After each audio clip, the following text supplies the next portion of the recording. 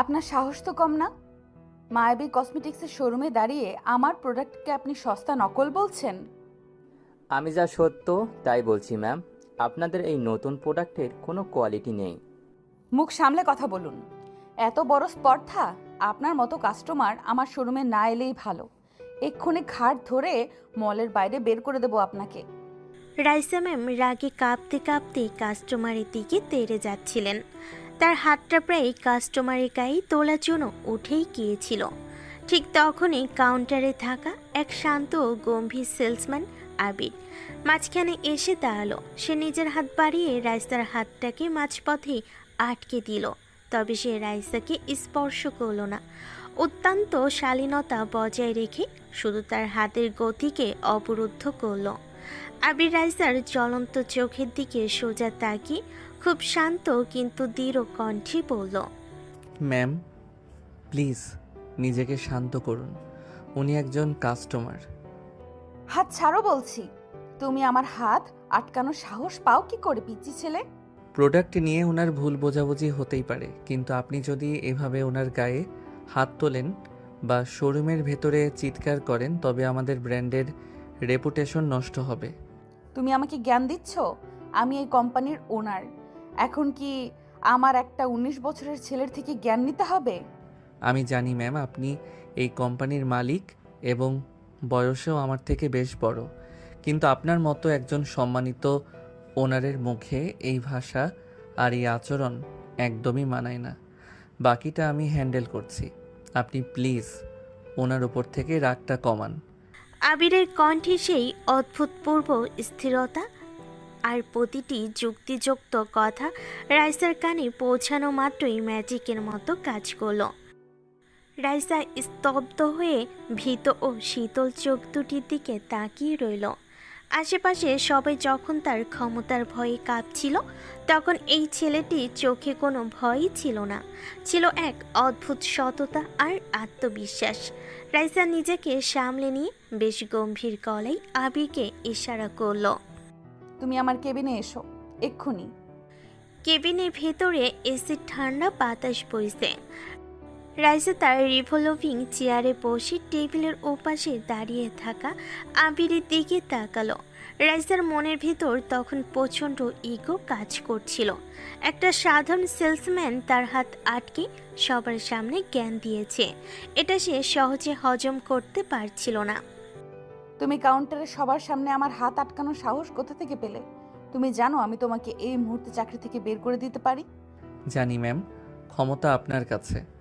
জানি ম্যাম, ক্ষমতা আপনার আছে, কিন্তু আমি যদি হাত না আটকাতাম তবে কালকের পেপারে আপনার কোম্পানির নামে নেগেটিভ নিউজ আসতো। তুমি কি ভাবছো তুমি খুব বড় হিরো হয়ে গেছো? আমার ভুল ধরার মতো ম্যাচুরিটি কি তোমার এই অল্প বয়সে হয়েছে? ম্যাচুরিটি বয়সে হয় না ম্যাম, পরিস্থিতিতে হয়। আমি কোনো হিরো হতে যাইনি, শুধু অন্যায়টা আটকিয়েছি। আপনার ক্ষমতা থাকতে পারে, কিন্তু সেটা মানুষের উপর হাত তোলার লাইসেন্স দেয় না। এই ছেলে, তুমি বয়সে আমার চেয়ে ছোট হয়ে আমাকে বড্ড বেশি জ্ঞান দিতে পারো, তাই না? কিসের এত অহংকার তোমার? অহংকার আমার নয় ম্যাম, অহংকার আপনার চোখে দেখতে পাচ্ছি। আমি শুধু আমার দায়িত্ব পালন করেছি। যদি আপনার মনে হয় আমি ভুল করেছি তবে আপনি আমাকে চাকরি থেকে বরখাস্ত করতে পারেন। আবিরের মুখে এত স্পষ্ট ধারালো আর ভয়হীন কথা শুনে রাইসা স্তব্ধ হয়ে গেল। তার এই বিশাল সাম্রাজ্যের সামনে দাঁড়িয়ে কোনো ছেলে কখনো এত সোজাসুজি তার চোখের দিকে তাকিয়ে কথা বলেনি। রাইসার আগে আর অপমানে আর এক মুহূর্ত কেবিনে দাঁড়ালো না। সে হন্তদন্ত হয়ে শোরুম থেকে বেরিয়ে সোজা নিজের গাড়িতে গিয়ে বসলো এবং বাসে চলে গেল। বাসে পৌঁছে রাইসা সোজা তার দাদা ভাইয়ের রুমে গিয়ে পৌঁছালো। সে সোফায় বসে ফুপিয়ে কেঁদে ওঠে। নিজের ক্ষোভ আর ভেতরের আসল কথাগুলো উগরে দিতে লাগলো। দাদা ভাই, আজকে শোরুমে ওই পিচ্চি ছেলে আবির আমাকে সবার সামনে অপমান করেছে। কি হয়েছে আমার ছোট বুড়িটার? কি আবার রাগিয়ে দিল তোকে? বয়সে কত ছোট, অথচ কত বড় বড় কথা। ও কি ভাবে ও আমার চেয়ে বেশি বোঝে? কিসের এত অহংকার ওর? দিদি ভাই, এত মাথা গরম করলে কি চলে? এত বড় একটা কোম্পানির মালিক তুই, হুটহাট করে এভাবে রেগে গেলে তো সমস্যা।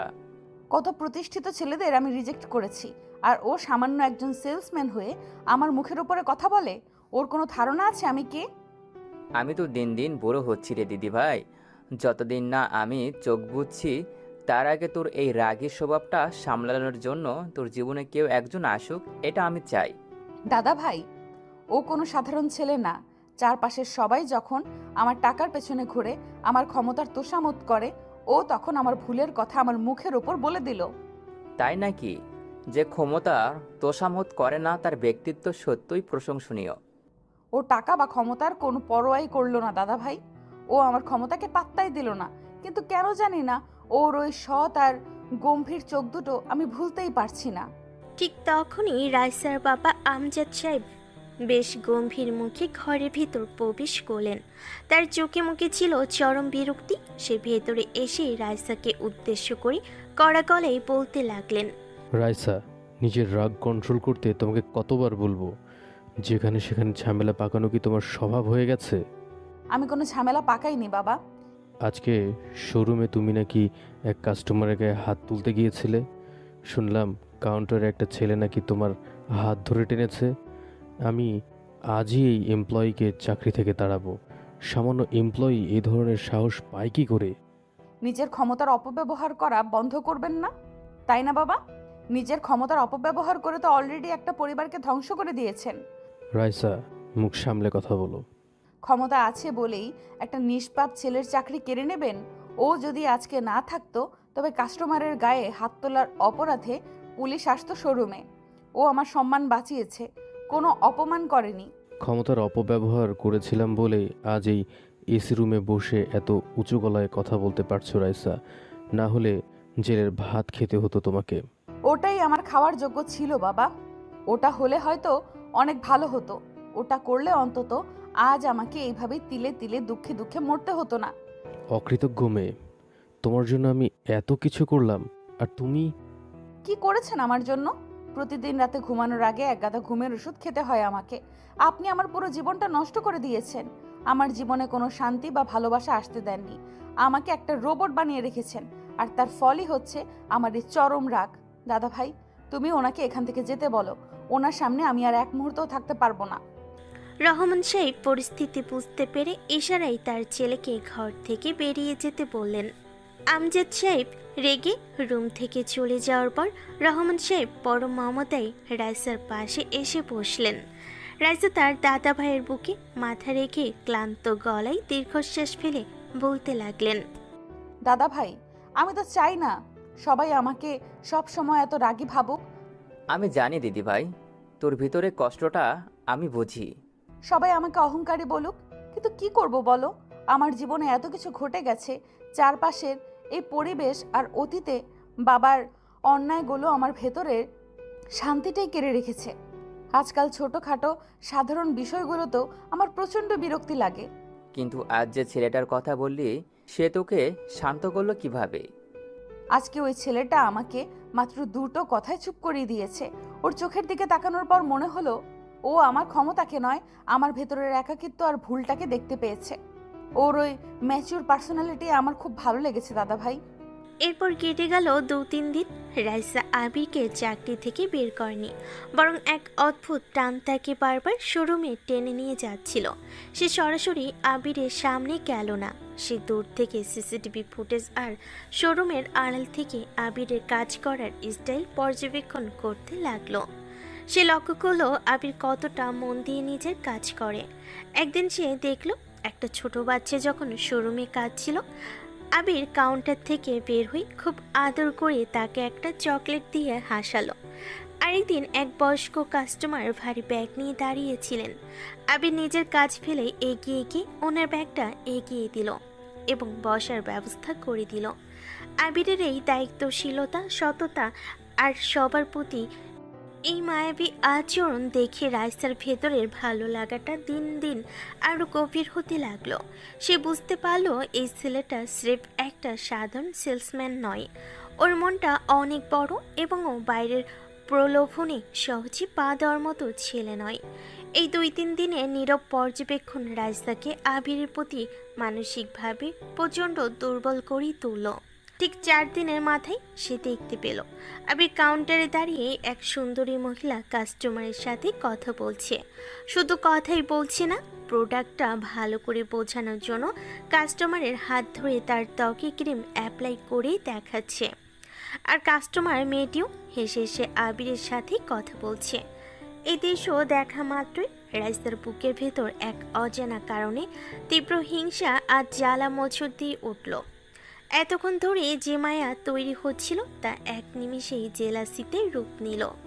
সে দূর থেকে রাগে ফুঁসতে ফুঁসতে মনে মনে বলতে লাগলো, এত হাত ধরে দেখানোর কি আছে? হ্যাঁ, ইচ্ছা হলে প্রোডাক্ট নিবে, না হলে নিবে না। ম্যাম কিছু বললেন? সামান্য সেলস বাড়ানোর জন্য এত কষ্ট করার কি দরকার শুনি? বয়সে ছোট হলে কি হবে? মেয়ে পটানোর স্বভাব তো দেখছি ভালোই জানা আছে। এত দরদ দেখিয়ে কেন সেলস বাড়াতে হবে? অসহ্য। ম্যাম কিছু মনে করবেন না, আপনার এই রাগ আর হিংসা কিন্তু পরিষ্কার আপনার দুর্বলতা বলে দিচ্ছে। আপনার ভেতরে অলরেডি জেলাসি কাজ করছে। মিম, চুপ করো। বেশি কথা বলা একদম পছন্দ করি না আমি। রাইসা মিমকে ধমক দিয়ে চুপ করিয়ে দিল এবং আর 1 সেকেন্ডও সময় নষ্ট না করে সোজা হেঁটে আবিরের কাউন্টারের সামনে গিয়ে দাঁড়ালো। কাস্টমার মহিলাটি রাইসাকে দেখে কিছুটা সরে দাঁড়ালো। রাইসা বেশ রাশভারী গলায় আবিরকে বলল, আমি কিছু পারফিউম কিনতে চাই, আমাকে পারফিউম দেখাও। জি ম্যাম, অবশ্যই। এই যে আমাদের নতুন কালেকশন, এটা ফ্লোর রোজ। শুধু মুখে ডিটেলস শুনলে হবে না, সে ওটার স্মেল দেখতে চায়। আবির একটা পারফিউম নিয়ে বাতাসে স্প্রে করে দিল, কিন্তু রাইসা তাকে মাঝপথে থামিয়ে দিল। এইভাবে বাতাসে স্প্রে করলে বোঝা যাবে না। আমার গাল আর গলার কাছে স্প্রে করে দেখাও। সরি ম্যাম, কিন্তু কাস্টমারের বডিতে ডিরেক্ট স্প্রে করা আমাদের পলিসিতে নেই। এটা প্রফেশনাল দেখায় না। কিসের পলিসি? এর আগে তো দেখলাম ওই মহিলা কাস্টমারের হাত ধরে খুব সুন্দর করে প্রোডাক্ট অ্যাপ্লাই করে দেখাচ্ছিলে। ম্যাম, ওটা ক্রিম ছিল আর উনি কাস্টমার। তখন তো প্রফেশনালিজম বা লজ্জার কোনো সমস্যা হয়নি, তাহলে আমার বেলায় সমস্যা কোথায়? আমি এই কোম্পানির ওনার, আমি যা বলছি তাই করো। আবির কিছুটা নার্ভাস হয়ে পড়ল। সে একটু কাপা কাপা হাত নিয়ে রাইসার খুব কাছাকাছি এগিয়ে এলো। রাইসার গলার কাছে পারফিউমের বোতলটা তাক করে সে আলতো করে স্প্রে করলো। রাইসার চোখ বন্ধ করে আবিরের এত কাছাকাছি থাকা আর ওর নিঃশ্বাসের উষ্ণতা অনুভব করছিল। স্প্রে করা শেষ হতেই আবির যখন হালকা সরে যেতে চাইল, রাইসা হুট করে আবিরের হাতটা খপ করে ধরে নিজের গলার কাছে টেনে নিয়ে এলো। আবিরের পুরো হাতটা তখন রাইসার গলার নরম ত্বকে লেপ্টে আছে। রাইসা এক গভীর ও নেশালু চোখে আবিরের চোখের দিকে তাকিয়ে ফিসফিসিয়ে বলল, তুমি স্মেল নিয়ে দেখো তো তোমার কেমন লাগে। রাইসার এমন আচমকা তীব্র আর অতর্কিত ছোঁয়ায় আবির পুরো শকড হয়ে গেল।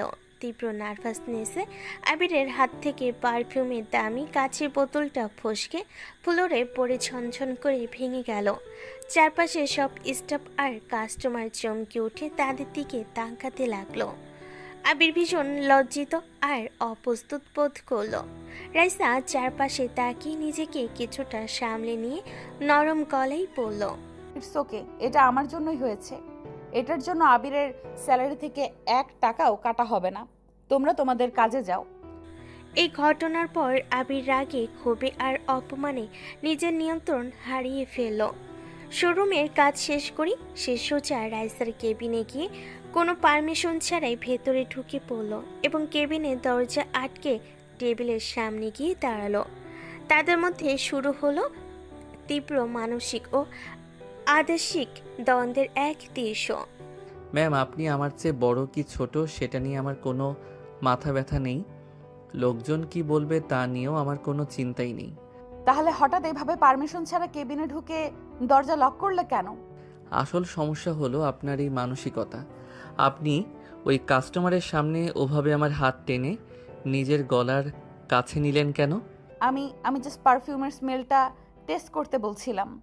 আপনার জীবনে বিনোদনের প্রয়োজন হলে আপনি আমার মতো অনেক সাধারণ মানুষকে নিয়ে খেলতে পারেন, কিন্তু আমি আপনাকে বিনোদন দেওয়ার জন্য বাকি সব লোকের মতো টাকার আর ক্ষমতার কাছে আমার মাথা নত করে আপনাকে বিনোদন নিতে দিব না। আমি সার্কাসের কোনো জোকার না। এই ছেলে, তুমি এগুলো কি বলছো? হ্যাঁ, বেয়াদব পিচ্চি ছেলে। আমি এমন কিছু করিনি। কোন কারণে তুমি আমার সাথে এই ধরনের রুড বিহেভিয়ার করছো? আর তোমার কি মনে হয় আমি মানুষের জীবন নিয়ে খেলি, মানুষকে নিজের হাতের খেলনা মনে করি, বাকি সব ধনী মানুষের মতো? মনে হওয়াটাই তো স্বাভাবিক ম্যাম। শপিং মলের সামান্য একজন সেলসম্যানের সাথে আপনি যা করলেন তা কোনো ওনারের আচরণ হতে পারে না। মনে হচ্ছে আপনি জীবনে বেশ বোর ফিল করছেন, তাই বিনোদনের জন্য কাউকে খুঁজছেন। তুমি ভুল ভাবছো আবির। তুমি এত বড় বড় কথা এই বয়সে কোথায় শিখলে? এত ম্যাচিউরিটি, এত গম্ভীরতা এই বয়সে মানায় না। ম্যাচিউরিটি আর গম্ভীরতা আমার জীবনে শখ করে আসেনি ম্যাম। কেন? কি হয়েছে তোমার জীবনে? খুব ছোটবেলাতেই পরিবারকে হারিয়েছি। জীবন আমাকে বাধ্য করেছে নিজেকে শক্ত করে গড়ে তুলতে। ছোট থেকেই অনেক ঝড় সামলাতে হয়েছে, তাই হয়তো এখন আর বাইরের কোনো প্রলোভন আমাকে টানে না। আবিরের মুখে পরিবার হারানোর কথা শুনে রাইসার কণ্ঠস্বর হঠাৎ নিস্তেজ হয়ে গেল। সে স্তব্ধ হয়ে কিছু সময় তাকিয়ে রইল আবিরের দিকে। নিজের ভেতরের একাকিত্ব আর কষ্টগুলো যেন আবিরের কষ্টের সাথে মিলে গেল। সে ধীরে ধীরে নিজেকে সামলে নিয়ে তার আসল এবং অত্যন্ত বাস্তবসম্মত প্রস্তাবটি রাখল। ঠিক আছে, আমি দুঃখিত। আমি তোমাকে কোনো খারাপ উদ্দেশ্যে ওটা করিনি। আমি তোমাকে একটা অফার দিচ্ছি, আমার পার্সোনাল অ্যাসিস্ট্যান্ট হও। ম্যাম, আপনি ভুল করছেন। আপনার বর্তমান পিএ অনেক বেশি শিক্ষিত আর স্মার্ট। এটা তোমার জন্য যেমন ভালো, আমার জন্যও দরকার। গত কয়েকদিন ধরে আমি তোমাকে লক্ষ্য করেছি আবির। তোমার সততা, তোমার কাজ করার ধরন সবকিছু আমাকে মুগ্ধ করেছে। আমার অনেক সময় রাগ কন্ট্রোল করতে সমস্যা হয়, এটা আমার বড় দুর্বলতা। কিন্তু আমি মাত্র অনার্স পড়ছি। এই পজিশনের জন্য আমার যে শিক্ষাগত যোগ্যতা দরকার তা নেই। আর আমি যদিও রাজি হয়ে আপনার পার্সোনাল অ্যাসিস্ট্যান্টের জন্য, তাহলে তার কি হবে? সে কি তার চাকরি হারাবে? নিজের স্বার্থের জন্য বা টাকার জন্য আমি অন্য কারোর ক্ষতি করতে চাই না। অন্য কারোর কোনো ক্ষতি হবে না। ওর ভালো ব্যবস্থার দায়িত্ব আমার। আমি ব্যবস্থা করে দেব। তুমি শুধু এটা বোঝো যে আজকে থেকে তুমি আমার পাশে থাকবে। তোমার মতো করে আমাকে কেউ সামলাতে পারবে না। বলো আবির, তুমি কি রাজি? আমার মনে হয় আপনার সিদ্ধান্ত পুনর্বিবেচনা করা উচিত। সব দায়িত্ব আমার। তুমি শুধু আমার সিদ্ধান্তে রাজি কিনা সেটা বলো। আমি জানি আমার প্রয়োজনেই তোমাকে আমার কাছে আসতে হবে। আর তোমারও তো টাকার প্রয়োজন আছে, তাই না? সেই টাকাটা এই পজিশনে সবচেয়ে ভালো হবে। বলো, রাজি? মনে মনে এটা দেখছি আসলেই পাগল। অফিসের সবাই একে শুধু পাগল বলে না। এখন যদি আমি রাজি না হই, না জানি আবার কি নতুন পাগলামি শুরু করবে। ঠিক আছে ম্যাম, আমি রাজি আছি। তবে একটা কথা মনে রাখবেন, আপনি আমাকে আর কোনো বিভ্রান্তিকর পরিস্থিতিতে ফেলবেন না। ঠিক আছে, তাহলে আজ থেকে তোমার কাজ শুরু। এক্ষুনি আমার সঙ্গে চলো। কোথায় ম্যাম? আমার একটা বিশেষ ক্লায়েন্টের সঙ্গে ইম্পর্টেন্ট ডিল আছে। আমরা ওখানেই যাব। একজন পার্সোনাল অ্যাসিস্ট্যান্ট হিসেবে এটাই তোমার প্রথম কাজ। আর ডিল শেষ হওয়ার পর আমি একটা পার্সোনাল মি টাইম আছে, অর্থাৎ নিজের জন্য কিছুটা একান্ত সময় রেখেছি। ওই সময়টাও তুমি আমার সঙ্গে থাকবে। আবির আর কোনো কথা না বাড়িয়ে রাইসার পার্সোনাল অ্যাসিস্ট্যান্ট হিসাবে তার সাথে গাড়িতে গিয়ে বসলো। কিছুক্ষণের মধ্যেই তারা একটি অভিজাত রেস্তোরাঁয় গিয়ে পৌঁছালো। সেখানে তাদের মুখোমুখি বসেছিল কোম্পানির এক অহংকারী ও খিটখিটে ক্লায়েন্ট মিস্টার জামান। জামান সাহেব বেশ অবজ্ঞার সাথে ফাইল দেখতে দেখতে তার চিলের সুরে কথা বলতে শুরু করলেন। দেখুন রাইসা ম্যাম, আপনার কোম্পানির প্রোডাক্টের দাম বাজারের অন্য ব্র্যান্ডের চেয়ে অনেক বেশি। কোয়ালিটি ভালো বলেই দাম বেশি মিস্টার জামান। আপনি নতুন কসমেটিক লাইন আনছেন, ভালো কথা, কিন্তু দাম যদি না কমান তবে আমি এই ডিল সাইন করব না। আর তাছাড়া একজন মেয়ের পক্ষে এত বড় বিজনেস দেখা সামলানো এমনিতেই কঠিন। মিস্টার জামানের মুখে এই কথা শোনা মাত্রই রাইসার রাগ চরমে পৌঁছালো। সে টেবিল চাপড়ে তীব্র গলায় চেঁচিয়ে উঠল। মিস্টার জামান, নিজের মুখ সামলে কথা বলুন। বিজনেস সামলানোর ক্ষমতা আমার আছে কি নেই তা আপনাকে প্রমাণ করার কোনো দরকার আমার নেই। আপনি আমার সাথে এভাবে কথা বলছেন? আপনি যদি ডিল না করতে চান তবে এক্ষুনি এখান থেকে চলে যেতে পারেন। আপনার মতো ক্লায়েন্টের আমার কোনো প্রয়োজন নেই। আপনার এই চরম অহংকার আর রাগের জন্য আমার কোম্পানির এই ডিলটা আজ ক্যান্সেল হলো। আমি চললাম। মিস্টার জামান যখন রেগে টেবিল ছেড়ে চলে যাচ্ছিলেন, ঠিক তখনই আবির খুব শান্তভাবে নিজের জায়গা থেকে উঠে দাঁড়ালো। সে অত্যন্ত নম্র কিন্তু আত্মবিশ্বাসী গলায় মিস্টার জামানকে ডেকে বলল, মিস্টার জামান, প্লিজ 1 মিনিট অপেক্ষা করুন। আর কি কথা আপনার সাথে? আমাদের ম্যামের কথায় আপনি কিছুটা ভুল বুঝছেন। উনি আসলে নিজের ব্র্যান্ডের কোয়ালিটি নিয়ে অত্যন্ত সংবেদনশীল, তাই হয়তো কথাটি একটু কড়া শুনিয়েছে। কিন্তু ওনার দাম তো অতিরিক্ত বেশি। মিস্টার জামান, আপনি তো একজন অভিজ্ঞ ব্যবসায়ী। আপনি খুব ভালো করেই জানেন যে বাজারে সস্তা কসমেটিক্সের অভাব নেই, কিন্তু আমাদের এই নতুন লাইনে যে আন্তর্জাতিক মানের কেমিক্যাল ব্যবহার করা হয়েছে তা দেশের অন্য কোনো ব্র্যান্ড দিতে পারছে না। তা অবশ্য ঠিক, কিন্তু লাভ তো কম থাকবে আমার। আপনি যদি আজ এই ডিল ক্যান্সেল করেন তবে আপনার কাস্টমাররা কিন্তু অন্য রিটেলারদের কাছে চলে যাবে। লাভটা আসলে আপনারই বেশি হবে। আর দামের ব্যাপারে প্রথম চালানের জন্য ম্যাম আপনাকে একটা বিশেষ ডিসকাউন্ট দেওয়ার কথা ভেবে রেখেছেন, তাই না ম্যাম? আবিরের এমন চমৎকার ও যুক্তিসঙ্গত কথা শুনে রাইসা নিজের রাগ সামলে নিয়ে মাথা নেড়ে সম্মতি জানালো। মিস্টার জামানও আবিরের শান্ত ও পেশাদার আচরণে মুগ্ধ হলেন। তার রাগ একদম জল হয়ে গেল। তিনি ফাইলে সই করে দিয়ে হ্যান্ডশেক করে বিদায় নিলেন। ডিলটি কনফার্ম হওয়ার পর রেস্তোরাঁ এখন অনেকটাই ফাঁকা। চারপাশে আলো কিছুটা মিলান হয়ে এসেছে। ব্যাকগ্রাউন্ডে খুব সুন্দর মৃদু আর সফট রোমান্টিক মিউজিক বাজছে। রাইসা আর আবির মুখোমুখি বসে কফিতে চুমুক দিচ্ছে। রাইসার চোখে এখন কোনো অহংকার নেই, আছে এক বুক নীরবতা আর গভীর আকর্ষণ। দেখেছো আবির, আজ যদি তুমি এখানে না থাকতে তবে ডিলটা বাতিল হয়ে যেত। আমি শুধু পরিস্থিতিটা একটু শান্ত করার চেষ্টা করেছি ম্যাম। যেভাবে তুমি পুরো বিষয়টাকে হ্যান্ডেল করেছো তা সত্যিই অসাধারণ। আজ থেকে তুমি শুধু আমার পার্সোনাল অ্যাসিস্ট্যান্ট নও, তুমি আমার পার্সোনাল পুরুষ হয়ে যাও। ম্যাম প্লিজ, আপনি আবার আপনার এই ধরনের কথা বলা শুরু করেছেন কেন? কেন, আমি কি ভুল বলেছি? যে শুধু আমার হবে আর আমার সব সমস্যার সমাধান করবে। তোমার মূল সমস্যাটা কি? আমি তোমার থেকে বড় এটা, নাকি আমি তোমার বস এটা? এটা পাবলিক প্লেসে বসে এগুলো কি বলছেন আপনি? আমাদের মাঝে বয়সের আর সামাজিক মর্যাদার যে দূরত্ব, সেটা তো আপনি অস্বীকার করতে পারেন না। অবাক হচ্ছ তো? ভাবছো একটা মেয়ে হয়ে একটা ছেলের পেছনে এইভাবে বারবার পড়ছে কেন? হ্যাঁ ভাবছি, কারণ এটা স্বাভাবিক নয়। কি করব বলো? মানুষ তার নিজের প্রয়োজনে মানুষের কাছেই তো বারবার ফিরে যায়। আমাকে না কখনো কেউ এইভাবে শান্তভাবে ম্যানেজ করতে আসেনি। আপনার পরিবারে কি কেউ আপনাকে বোঝে না? আমার বাবা আমাকে সবসময় শুধু শান্তভাবে কিভাবে বিজনেস সামলাতে হয়, কিভাবে কঠিন থাকতে হয় এইসবে শিখিয়েছেন। ভালোবাসা কি জিনিস তা আমার জন্য ছিল না। আপনার বাবা হয়তো আপনার ভবিষ্যতের কথা ভেবেই আপনাকে ওভাবে তৈরি করতে চেয়েছিলেন।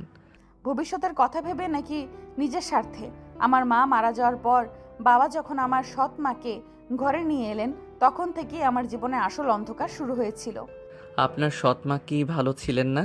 বাবা ওই সৎ মায়ের সঙ্গে নতুন সংসার নিয়ে এতটা ব্যস্ত হয়ে গেলেন যে আমার দিকে ফিরে তাকানোর মতো সময়ও ওনার ছিল না। প্রচণ্ড একাকিত্বে কেটেছে আমার শৈশব আবির। আমি দুঃখিত ম্যাম, আমি জানতাম না। স্কুলের প্যারেন্টস মিটিংয়ে যখন সবার মা বাবা আসতো, তখন আমি একা একটা কোণায় বসে কাঁদতাম। ঝড়ের রাতে যখন ভয়ে আমার সারা শরীর কাঁপতো, তখন জড়িয়ে ধরার মতো কেউ ছিল না। হাত ধরে সহজে কিভাবে নিজেকে ভালোবাসতে হয় বা অন্যকে ভালোবাসতে হয়, এই সহজ জিনিসগুলো বোঝানোর মতো কেউ ছিল না আমার জীবনে।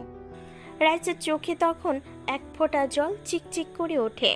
তার প্রতিদিনের শক্ত অহংকারের দেওয়ালটা যেন আবিরের সামনে এসে একদম ভেঙে গুড়িয়ে গেল।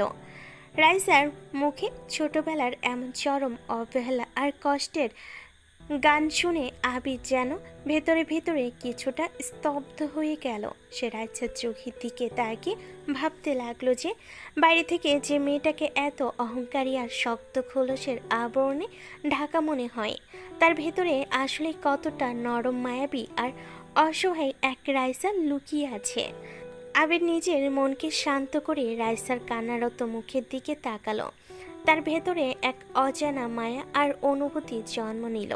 সে অত্যন্ত কোমল কণ্ঠে রাইসাকে বলল, অতীতকে তো আর বদলে ফেলা যাবে না ম্যাম। অতীত বদলানো যাবে না, তবে কি আমি নিজের বর্তমানটা সুন্দর করে গড়ে তোলার কোনো অধিকার রাখি না? আমার সাথে এমন কেন হয় বলতে পারবে আবির? আমি কেন সাধারণ মানুষের মতো জীবনযাপন করতে পারবো না? আমি কেন আর 5টা মেয়ের মতো সাধারণ একটা সংসার করতে পারবো না? এগুলো আমাকে কেন বলছেন ম্যাম? দয়া করে আমাকে আর বিভ্রান্তিতে ফেলবেন না। আপনি এমনভাবে বলছেন যেন আমি আপনার জীবনটা নষ্ট করে দিয়েছি। আমি তোমাকে বলেছি কারণ আমার এই কথাগুলো শোনার মতো আর কেউ নেই আবির। আমি কাকে আমার মনের এই জঘন্য দুঃখগুলো প্রকাশ করব? কে আমার কথা শুনবে? কে এসে আমার পাশে দাঁড়াবে? এমন একজন মানুষও নেই আমার জীবনে। রাইসার এমন অসহায় আকুতি শুনে আবিরের মন কিছুটা ব্যাকুল হয়ে উঠল, কিন্তু সে তার ভেতরের মায়াকে প্রকাশ পেতে দিল না। সে নিজের আবেগ সামলে নিয়ে অত্যন্ত প্রফেশনালদের মতো ঠান্ডা গলায় বলল, ম্যাম, আপনার কি আজ আর কোনো মিটিং আছে, নাকি আপনি এখন বাসায় যাবেন? যদি কোনো কাজ না থাকে তবে চলুন আমরা এখন উঠি। আবির টেবিল ছেড়ে উঠতে যেতেই রাইসা হঠাৎ চট করে আবিরের হাতটা শক্ত করে চেপে ধরল। তার চোখ দুটি জ্বলে ভাসছিল, কিন্তু চোখে ছিল এক অদ্ভুত আক্ষেপ ও উন্মাদনা। তুমি কি আমাকে পাগল মনে করছো? ভাবছো আমি একটা নষ্ট মেয়ে, তাই না? যে একটা ছেলে যে কিনা তার চেয়ে বয়সে অন্তত 6 বছরের ছোট, সেই ছেলের পেছনে পাগলের মতো ছুটছে, তার কাছে ভালোবাসার ভিক্ষা যাচ্ছে। তোমার কাছে আমাকে খুব পাগল মনে হচ্ছে, তাই না? আবির হাত ছাড়ানোর চেষ্টা না করে শান্ত কণ্ঠে বলল, আপনি এসব কি বলছেন ম্যাম? আমি আপনাকে খারাপ কেন ভাববো? কিন্তু আপনি আমার সিচুয়েশনটা বুঝতে পারছেন না। আপনি বা অন্য কোনো মেয়ে আসার মতো আমার জীবনটা গোছানো নয়। আমি চাই না আমার এলোমেলো জীবনে জড়িয়ে আপনার জীবনটাও এলোমেলো হয়ে যাক। আপনি রাজকুমারী, রাজার ঘরে আপনার জন্ম, কিন্তু আমার সাথে যে থাকে সে সবসময় দুঃখ পায়, দূরে চলে যায়। আল্লাহ আমার থেকে সবাইকে সরিয়ে নেয়। আমি চাই না নতুন করে কাউকে আমার এই দুঃখের জীবনে জড়াতে। আবিরের চোখের দিকে এক দৃষ্টিতে তাকিয়ে, কিন্তু আমি তো সেখানে কোনো দুঃখ দেখতে পাচ্ছি না আবির। আমি দেখতে পাচ্ছি আমি যদি তোমার সাথে আমার জীবনটা জড়াই তবে আমার এই অন্ধকার জীবনে এক চিলতে আলোর দেখা পাবো।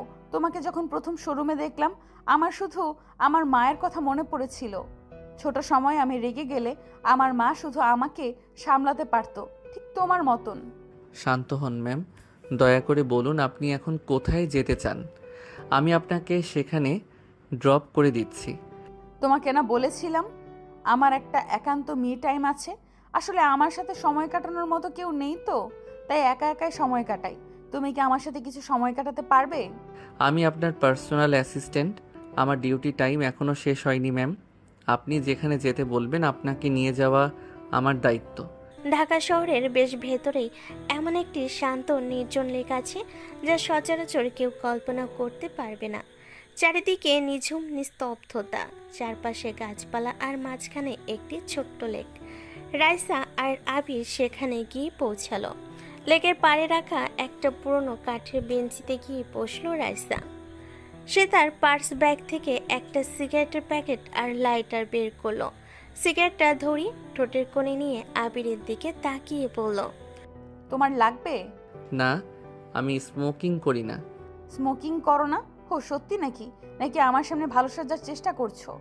সত্যি স্মোকিং করি না ম্যাম। টেস্ট করে দেখতে চাও কেমন? রাইসা সিগারেটে একটা দীর্ঘ টান দিয়ে ধোঁয়াটুকু আবিরের মুখের দিকে ছুঁড়ে দিল। ধোঁয়ায় আবিরের গম্ভীর মুখটা ঢেকে গেল। রাইসা এক অদ্ভুত বিষাদের সাথে বলতে লাগলো, আমি খুবই বাজে, তাই না আবির? যত দেখছো আমার প্রতি তোমার ঘেন্না হচ্ছে। আমার এই নিকোটিনের বিষাক্ত ধোঁয়া আর লাইফস্টাইল দেখে তোমার ঘেন্না হচ্ছে, তাই না? একটা মেয়ে এতটা খারাপ কিভাবে হতে পারে, এটাই ভাবছো তো? না ম্যাম, আমি এসব কিছুই ভাবছি না। এটা যার যার পার্সোনাল চয়েস। আপনি স্মোকিং করতেই পারেন। আমার বাবা ঘরের ভেতরে বসে স্মোক করতো, ড্রিঙ্কস করতো, ছোট থেকে দেখেছি তো। কথাটি বলতে বলতে রাইসা কাঠের বেঞ্চ ছেড়ে নিচে নেমে ঘাসের উপর বসলো। সিগারেটে আরেকটা শেষ টান দিয়ে সে ঠোঁট থেকে সিগারেটটা ফেলে দিল এবং হাত বাড়িয়ে আবিরের হাত ধরে হালকা টান দিয়ে তাকে নিজের পাশে ঘাসের উপর বসালো। আবির কিছুটা বাধ্য হয়েই রাইসার পাশে ঘাসের উপর বসলো। ঠিক তখনই রাইসা কোনো কিছু না ভেবেই আলতো করে আবিরের কোলে মাথা রেখে সোজা ঘাসের ওপর শুয়ে পড়ল। রাইসার এমন আচমকা এবং অনাকাঙ্ক্ষিত পদক্ষেপে আবিরের পুরো শরীর মুহূর্তের মধ্যে শক্ত হয়ে গেল। তার হাত পা যেন অবশ হয়ে এলো। তার কোলের উপর রাইসার দীর্ঘ রেশমি চুলগুলো ছড়িয়ে ছিটিয়ে আছে, আর রাইসার মায়াবী মুখটা তার ঠিক মুখে নিচে। রাইসার রাতের খোলা আকাশের নিচে তাকিয়ে গভীর এক দীর্ঘশ্বাস ফেলে বলতে লাগলো, তুমি কি আমাকে সত্যি একটা সাইকো মনে করো, তাই না আবির? দেখো, ওই চাঁদের পাশে তারা আছে, একটা মেঘের পাশে আরেকটা মেঘ কত সুন্দর জড়িয়ে থাকে, কিন্তু আমার পাশে কেউ নেই। আমার এই বিশাল শূন্যতা আর ভালো লাগে না আবির। রাইসার এমন তীব্র আবেগ এবং অত্যন্ত কাছাকাছি শুয়ে থাকার কারণে আবিরের বুক দুরু দুরু করে কাঁপতে লাগলো। সে প্রচণ্ড লজ্জার অস্বস্তিতে পড়ে গেল। এক অদ্ভুত অনাকাঙ্ক্ষিত রোমান্টিক আবহাওয়া তৈরি হলো। আবির নিজেকে কোনোভাবেই এই বিভ্রান্তিকর পরিস্থিতিতে ভেসে যেতে দিতে চায় না। সে চোখ সরিয়ে নিয়ে রাইসার দিকে না দেখেই বেশ লজ্জিত ও কাঁপা কাঁপা কিন্তু সংযত গলেই বলল, ম্যাম, আপনি এভাবে আমার কোলে মাথা রেখে শুয়ে আছেন কেন? প্লিজ সোজা হয়ে বসুন, এটা একদম ঠিক হচ্ছে না। রাইসা চোখ বন্ধ করে খুব মিষ্টি ও গভীর গলায় বলল, একটু শুয়ে থাকতে দাও না আবির, প্লিজ। তোমার কাছে থাকলে আমার ভেতরের সব অস্থিরতা শান্ত হয়ে যায়। আবির গলা ছেড়ে নিজেকে কিছুটা সামলে নিয়ে রাইসা, দেখুন, আমাদের সবাইকে জীবনে একাই লড়াই করে যেতে হয়। লড়াই করেই প্রতিদিন বেঁচে থাকতে হয়। আমরা যা চাই জীবনে সবসময় কি আর তা পাই? আপনার জীবনটাই যে শুধু কঠিন তা নয়, আমাদের সবার জীবনেই লড়াই আছে। রাইসা আবিরের কথা শুনে ধীরে ধীরে চোখ খুলল। তারপর হঠাৎ উঠে বসে সরাসরি আবিরের একদম মুখোমুখি এসে থামল।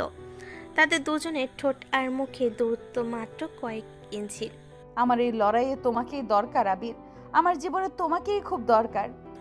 এত কাছে রাইসার উপস্থিতি, রাইসার উষ্ণ শ্বাস আর গভীর চোখের চাহনি দেখে আবির ভীষণ লজ্জা পেয়ে গেল। তার কান মুখ রাগে লজ্জায় লাল হয়ে উঠল। সে কোনোভাবে এই অনাকাঙ্ক্ষিত শারীরিক ও ঘনিষ্ঠতা ও রোমাঞ্চকে প্রশ্রয় দিতে পারল না। আবির চট করে নিজের মুখটা অন্যদিকে ফিরিয়ে নিল এবং চট করে উঠে দাঁড়িয়ে কিছুটা পিছিয়ে গেল। ম্যাম, কি করছেন এসব? নিজেকে সামলান। আমি আপনার কোনো প্রেমিক নই, আর আমি এসব একদম পছন্দ করি না। আমাকে দয়া করে আর বিভ্রান্তিতে ফেলবেন না। আবিরের এমন সরে যাওয়া এবং লজ্জিত কিন্তু কঠোর আচরণ দেখে রাইসা আবার ভেঙে পড়ল। সে আবিরের এই শালীনতা আর বিভ্রান্তি দেখে নিজের কান্না আর আটকাতে পারল না। সে উঠে দাঁড়িয়ে হঠাৎ আবার আবিরের বুকে উপর ঝাঁপিয়ে পড়ে তাকে শক্ত করে জড়িয়ে ধরে ফুপিয়ে ফুপিয়ে কাঁদতে লাগলো। তুমি আমাকে কেন এত দূরে ঠেলে দাও আবির? কেন? আমি জানি সবাই আমাকে ঘেন্না করে, কিন্তু কেউ কখনো আমার এই রাগের পেছনে ক্ষতবিক্ষত মানুষটাকে দেখতে চায়নি। আমি খুব একা আবির, আমি শুধু একটু ভালোবাসা চেয়েছিলাম। আবির রাইসাকে ধরে আলতো করে সরিয়ে দিয়ে নিজের শার্ট ঠিক করতে লাগলো। অনেক রাত হয়ে গেছে ম্যাম, আপনি এখন স্বাভাবিক নন। চলুন আপনাকে বাসায় নামিয়ে দিয়ে আসি, আমারও বাসায় ফিরতে হবে। রাইসা আবিরের এই চরম শক্ত ব্যক্তিত্ব আর শালীনতাই সামনে একদম নিস্তব্ধ হয়ে গেল। তার কান্না হঠাৎ থেমে গেল। সে হাত দিয়ে নিজের চোখের জল মুছে সোজা হয়ে দাঁড়ালো। তার চোখে এখন আর কোনো আবদার নেই, আছে এক গভীর শূন্যতা।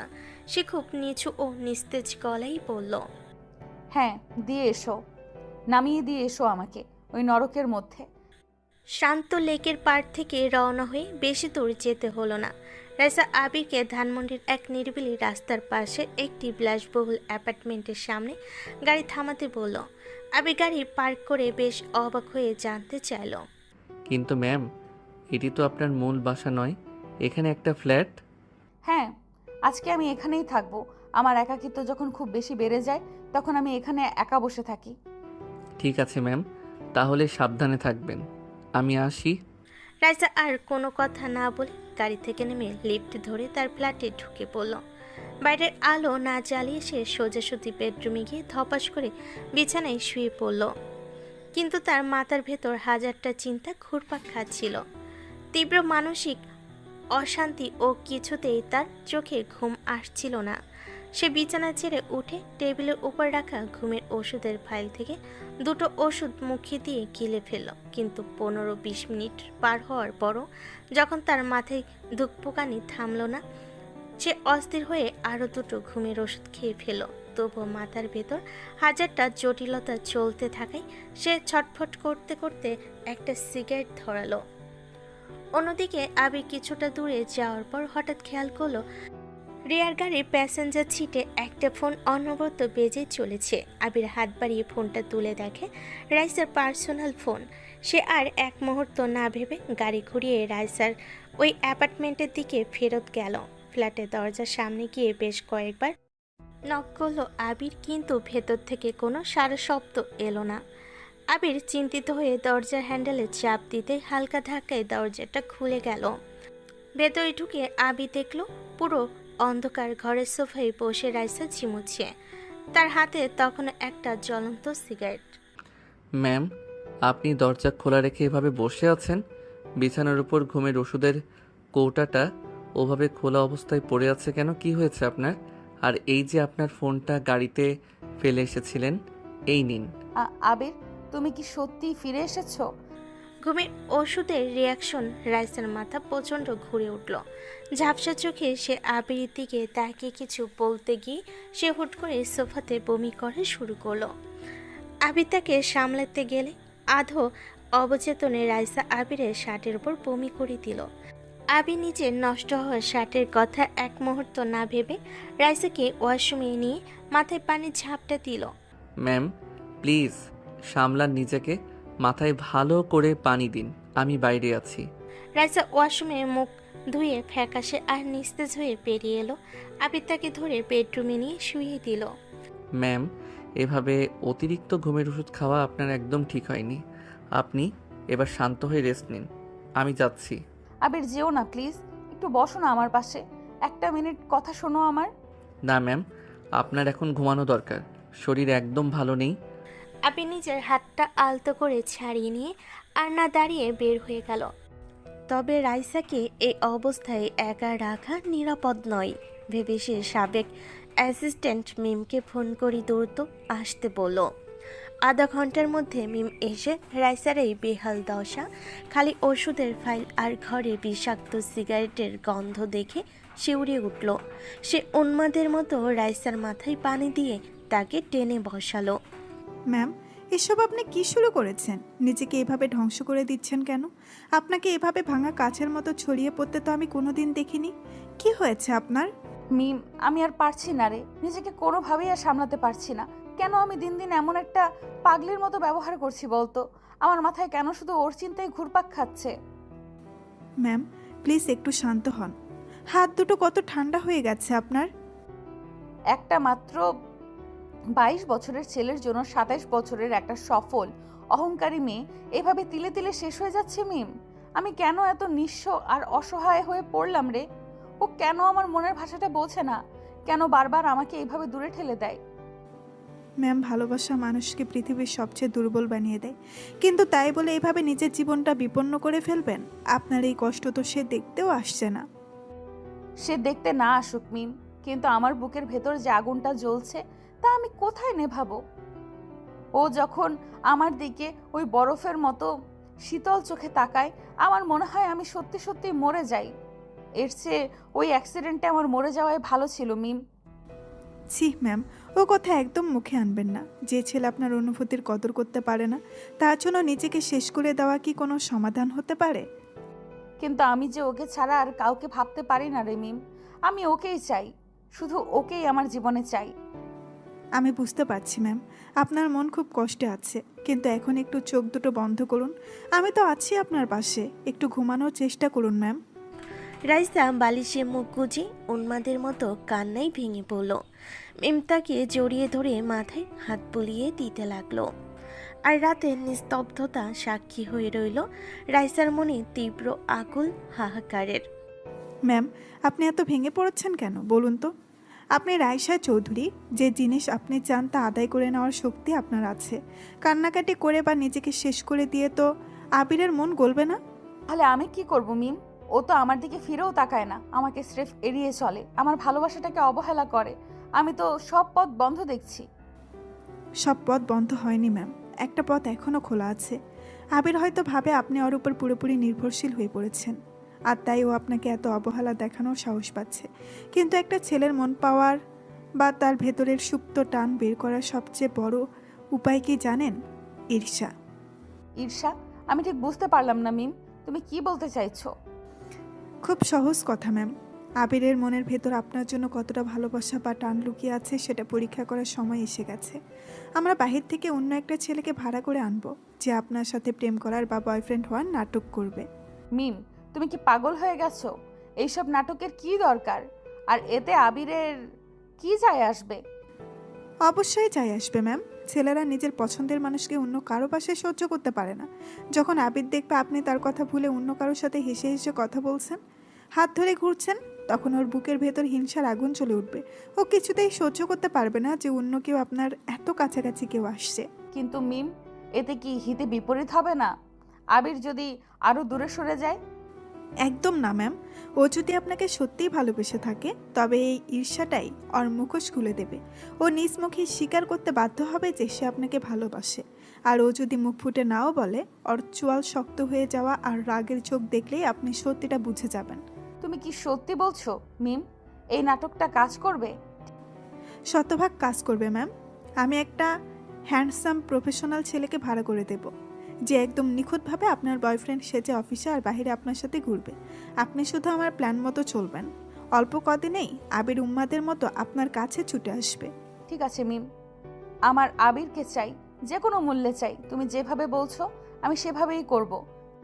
মিমের পরামর্শে রাইসা আর এক মুহূর্ত দেরি না করে সাইম নামের এক সুদর্শন ও আভিজাতপূর্ণ যুবককে চুক্তিতে রাজি করালো। তার কাজ একটাই, আবিকে দেখানোর জন্য রাইসার বিত্তশালী বাগদত্তের অভিনয় করা। পরদিন সকালে মায়াবী কসমেটিক্সের অফিসে আবির প্রতিদিনের মতো ম্যামের দৈনন্দিন মিটিং শিডিউল ও গুরুত্বপূর্ণ ফাইল গুছিয়ে অপেক্ষা করছিল। ঠিক তখনই শোরুম ও অফিসের মূল ফটক দিয়ে রাইসা প্রবেশ করলো। আজ তার গায়ে লাল রঙের রাজকীয় শাড়ি, আর পাশে ফর্মাল স্যুট পরা সাইম। রাইসা সাইমের কোনোই ধরে অফিসে ঢুকতেই স্টাফদের মধ্যে চাপা গুঞ্জন শুরু হয়ে গেল। Ma'am good morning. ইনি কি আমাদের আজকের অ্যাপার্টমেন্টের কেউ ম্যাম? গুড মর্নিং মিম। না, ও কোনো বিজনেস ক্লায়েন্ট নয় মিম। শোরুম ম্যানেজার সহ সবাইকে একটু কেবিনের সামনে আসতে বলো, আমি একটা ইম্পর্ট্যান্ট অ্যানাউন্সমেন্ট দিব। আবির নিজের ডেস্ক থেকে উঠে দাঁড়িয়ে অত্যন্ত শান্ত গভীর চোখে তাদের দিকে তাকালো। রাইসার ঠোঁটের কোণে বিজয়ীর হাসি ফুটিয়ে সাইমকে নিয়ে সোজা আবিরের টেবিলের সামনে এসে থামলো। সে সাইমের স্যুটটা হাত দিয়ে হালকা ঠিক করে দেওয়ার ভান করতে করতে আবিরের দিকে তাকিয়ে বলতে লাগলো, Abir, meet with Saim. Saim Chowdhury, textile বিজনেসের ওনার। ও আমার এঙ্গেজড বাগদত্তা। আমরা খুব শীঘ্রই বিয়ে করতে যাচ্ছি। Hi Abir, nice to meet you. Raisa তোমার কথা বলছিল, তুমি নাকি ওর নতুন পার্সোনাল অ্যাসিস্ট্যান্ট। রাইসার কাজের প্রেশার সামলানো কিন্তু বেশ কঠিন। Hope you are managing well. Sam বেশ আভিজাত্যের সাথে হাত বাড়িয়ে দিল। আবির এক মুহূর্তের জন্য সাইমের হাত আর রাইসার নাটকীয় মুখের দিকে তাকালো। সে খুব শান্ত ও পেশাদার ভঙ্গিতে হ্যান্ডশেক করলো। Congratulations ma'am, nice to meet you. Saim sir, আমি ম্যামের শিডিউল অনুযায়ী অফিসিয়াল কাজগুলো সঠিকভাবে গুছিয়ে রাখার চেষ্টা করছি। সাইম চলো আমার কেবিনে বসি। আজ ফার্স্ট হাফে আমার অন্য কোনো জরুরি অ্যাপয়েন্টমেন্ট নেই, আমরা ভেতরেই কথা বলি। তারা দুজন কেবিনে ঢুকে সোফায় বসলো। রাইসা কেবিনের ইন্টারকমের বোতাম চেপে পিয়নকে কল দিল। রহিম, আমার কেবিনে দুটি ব্ল্যাক কফি আর বিস্কুট দিয়ে যাও। পিয়ন কফি দিয়ে যাওয়ার পর রাইসা কাছের দেওয়ালের ওপাশে সোফায় সাইমের খুব কাছাকাছি বসলো, যাতে বাইরে থেকে আবির সবকিছু স্পষ্ট দেখতে পায়। স্যাম রাইসার বেশ কাছাকাছি বসে ফাইল দেখার ছলে তার কাঁধে হাত টেকে কথা বলছিল। আবির প্রয়োজনীয় কিছু অফিসিয়াল ডকুমেন্ট নিয়ে কেবিনের হালকা নক করে ভেতরে প্রবেশ করলো। তোমার এই প্রজেক্ট প্ল্যানিংটা কিন্তু চমৎকার Raisa. You are really smart business woman. Thank you Saim, তুমি পাশে থাকলে আমার কাজের স্ট্রেস অর্ধেক কমে যায়। সত্যি তুমি যে আমাকে এতটা বোঝো তা আমার খুব ভালো লাগে। আবির অত্যন্ত প্রফেশনাল ভঙ্গিতে রাইসার এক্সিকিউটিভ টেবিলের উপর ফাইলগুলো রাখলো। রাইসার এত নাটক আর অন্য একটি পুরুষের কাছাকাছি থাকা দেখে আবিরের ভেতরের বুকটা রাগে ও কষ্টে মুচড়ে উঠল। সে চোখের ভাব একদম স্বাভাবিক রেখে সোজা হয়ে দাঁড়ালো। ম্যাম, ফরেন ইনভেস্টরদের প্রজেক্ট ফাইলগুলো টেবিলে রেখে গেলাম। আর আজ দুপুর 2টায় যে বোর্ড মিটিং আছে, সিনিয়র বোর্ড মেম্বাররা অলরেডি অফিসে চলে এসেছেন। প্রেজেন্টেশন স্লাইড প্রস্তুত, আপনি ফ্রি হলে একবার দেখে নেবেন। ফাইল থাক, তবে আজকে মিটিংয়ে প্রিপারেশনের জন্য আমার একটু রিল্যাক্স দরকার। তাই এখন 1 ঘন্টা আমি সাইমের সাথে পার্সোনাল টাইম কাটাবো। এই সময় আমাকে কেউ যেন কোনো কাজের জন্য ডিস্টার্ব না করে, সেটা দেখবে আবির। জি ম্যাম, অবশ্যই। আমি স্যারকে জানিয়ে দিচ্ছি যে আপনি প্রেজেন্টেশনের আগে কিছু সময় একটা পার্সোনাল মিটিংয়ে ব্যস্ত আছেন। বোর্ড মিটিংয়ের 10 মিনিট আগে আমি আপনাকে অফিসিয়ালি রিমাইন্ডার দেব। আবিরের এই চরম পেশাদারিত্ব, ঠান্ডা মাথা আর নিখুঁত পার্সোনাল অ্যাসিস্ট্যান্টের মতো উত্তর শুনে রাইসার ভেতরের জ্বলুনি দ্বিগুণ হয়ে গেল। আবির সাইমের দিকে তাকালো। এক্সকিউজ মি স্যার, আপনার কফি ঠান্ডা হয়ে যাচ্ছে। আপনারা কথা বলুন, আমি আমার ডেস্কে আছি। আবির কেবিন থেকে বের হয়ে সোজা করিডোরের শেষ মাথায় গিয়ে দাঁড়ালো। তার জল শক্ত হয়েছিল এবং হাত দুটো মুষ্টিবদ্ধ। দেওয়ালে হালকা ভর দিয়ে সে একটা গভীর দীর্ঘশ্বাস ফেলে স্বাগত স্বরে মনে মনে বলতে লাগলো, কোন রাইসা? কাল রাতে অতটা কাছে এসে নিজের দুর্বলতা দেখিয়ে আজ অন্য একটা ছেলেকে বাগদত্তা বানিয়ে আমার সামনে নাটক দেখাচ্ছ। তুমি কি ভাবছো আমি তোমার এই হিংসা দেখানোর খেলা বুঝি না? কিন্তু আমি একজন অ্যাসিস্ট্যান্ট হতে পারি, আমার আত্মসম্মান বিকিয়ে দেব না। আমি কখনোই তোমার এই নাটকের কাছে নিজের দুর্বলতা প্রকাশ করব না। অন্যদিকে কেবিনের ভেতরে আবির বেরিয়ে যেতে রাইসা কফির কাপটা টেবিলে সশব্দে নামিয়ে রেখে সোফায় হেলান দিল। স্যামের কফিতে চুমুক দিয়ে রাইসার দিকে তাকিয়ে হালকা হাসলো। রাইসা ম্যাম, আপনার আইডিয়াটা ভালো ছিল, কিন্তু ছেলেটা তো পাথরের মতো শক্ত। আমি যখন আপনার কাছে এসে কথা বলছিলাম, ও কিন্তু একবারও ব্যাকফুটে যায়নি বা নিজের কাজের পেশার দায়িত্বরত থেকে সরে আসেনি। একজন পার্সোনাল অ্যাসিস্ট্যান্ট হিসেবেও নিখুঁত, কিন্তু আপনার প্রেমিক হিসেবে ওকে ভাঙা সহজ হবে না। অত সহজে আমি হার মানার পাত্রী নই সাইম। ও বাইরে যতই প্রফেশনাল আর শক্ত সাজুক না কেন, আমি জানি ওর ভেতরে আগুন জ্বলছে। আজ দুপুরে বোর্ড মিটিং শেষ হলেই আমি ওকে এমন এক পরিস্থিতিতে ফেলবো। দুপুর ঠিক 2টো মায়াবী কসমেটিক্সের শীতাতপ নিয়ন্ত্রিত বিশাল বোর্ডরুমে পিনপত নীরবতা। বিশাল ওভাল টেবিলের একপাশে বসেছে জার্মানি থেকে আসা মূল ফরেন ইনভেস্টররা, অপর পাশে কোম্পানির সিনিয়র বোর্ড ডিরেক্টররা। রাইসার সেন্ট্রাল চেয়ারে বসে ম্যানেজিং ডিরেক্টর হিসাবে, আর তার ঠিক পাশে একটা স্পেশাল চেয়ারে বসে আছে সাইম। স্যাম অনবত রাইসার খাতার উপর হাত রেখে খুব নরম সুরে নিচু গলায় কথা বলে তাকে কমফোর্ট দেওয়ার ভান করছে। আবির দাঁড়িয়ে আছে প্রেজেন্টেশন স্ক্রিনের পাশে, তার হাতে রাইসার অফিসিয়াল ডায়েরি আর রিমোট কন্ট্রোল। তার চোখে মুখে পেশাদারিত্বের এক কঠিন আবরণ, যেন সাইম আর রাইসার এই বাহিক ঘনিষ্ঠতা তাকে বিন্দুমাত্র স্পর্শ করছে না। জেন্টলম্যান, আমাদের নতুন স্কিন কেয়ার প্রোডাক্ট নিয়ে আজকের এই মিটিং। প্রেজেন্টেশন শুরু করার আগে আমি পরিচয় করিয়ে দিই, ইনি Saim Chowdhury, textile and fashion ইন্ডাস্ট্রির ওনার এবং আমার হবু বর। আজকের এই স্ট্র্যাটেজিক প্রেজেন্টেশনে ও আমার পার্সোনাল গেস্ট হিসেবে থাকছে। Welcome mister Sayem. Ma'am Raisa, আমরা আপনার কোম্পানির ফিনান্সিয়াল আর প্রজেক্টের গ্রোথ নিয়ে খুবই আশাবাদী, কিন্তু এই নতুন প্রজেক্টে আমাদের কয়েক বিলিয়ন ডলার ইনভেস্টমেন্ট নির্ভর করেছে আপনাদের বাজার গবেষণার নির্ভুল তথ্যের ওপর। আপনি কি আমাদের স্লাইড 3 এর ডেমোগ্রাফি অ্যানালাইসিসটা ব্যাখ্যা করবেন? রাইসা হুট করে একটু থমকে গেল। ফাইলের পেছনের এই জটিল টেকনিক্যাল ডাটাটা গতকাল আবির একাই তৈরি করেছিল। যা রাইসার হুবহু মুখস্থ নেই। রাইসা সাইমের দিকে তাকাতেই সাইম কিছুটা নিচু গলায় হেসে রাইসার হাত নিজের হাতের মুঠোয় নিয়ে বলল, don't worry darling, you can do it. আমি আছি তো পাশে। কিন্তু বিজনেস মিটিংয়ের এইসব ব্যক্তিগত প্যাম্পেয়ারিং যে ফরেন ক্লায়েন্টদের খুব একটা পছন্দ হচ্ছে না, তা জার্মানির ইনভেস্টরদের গম্ভীর মুখ দেখলেই বোঝা যাচ্ছিল।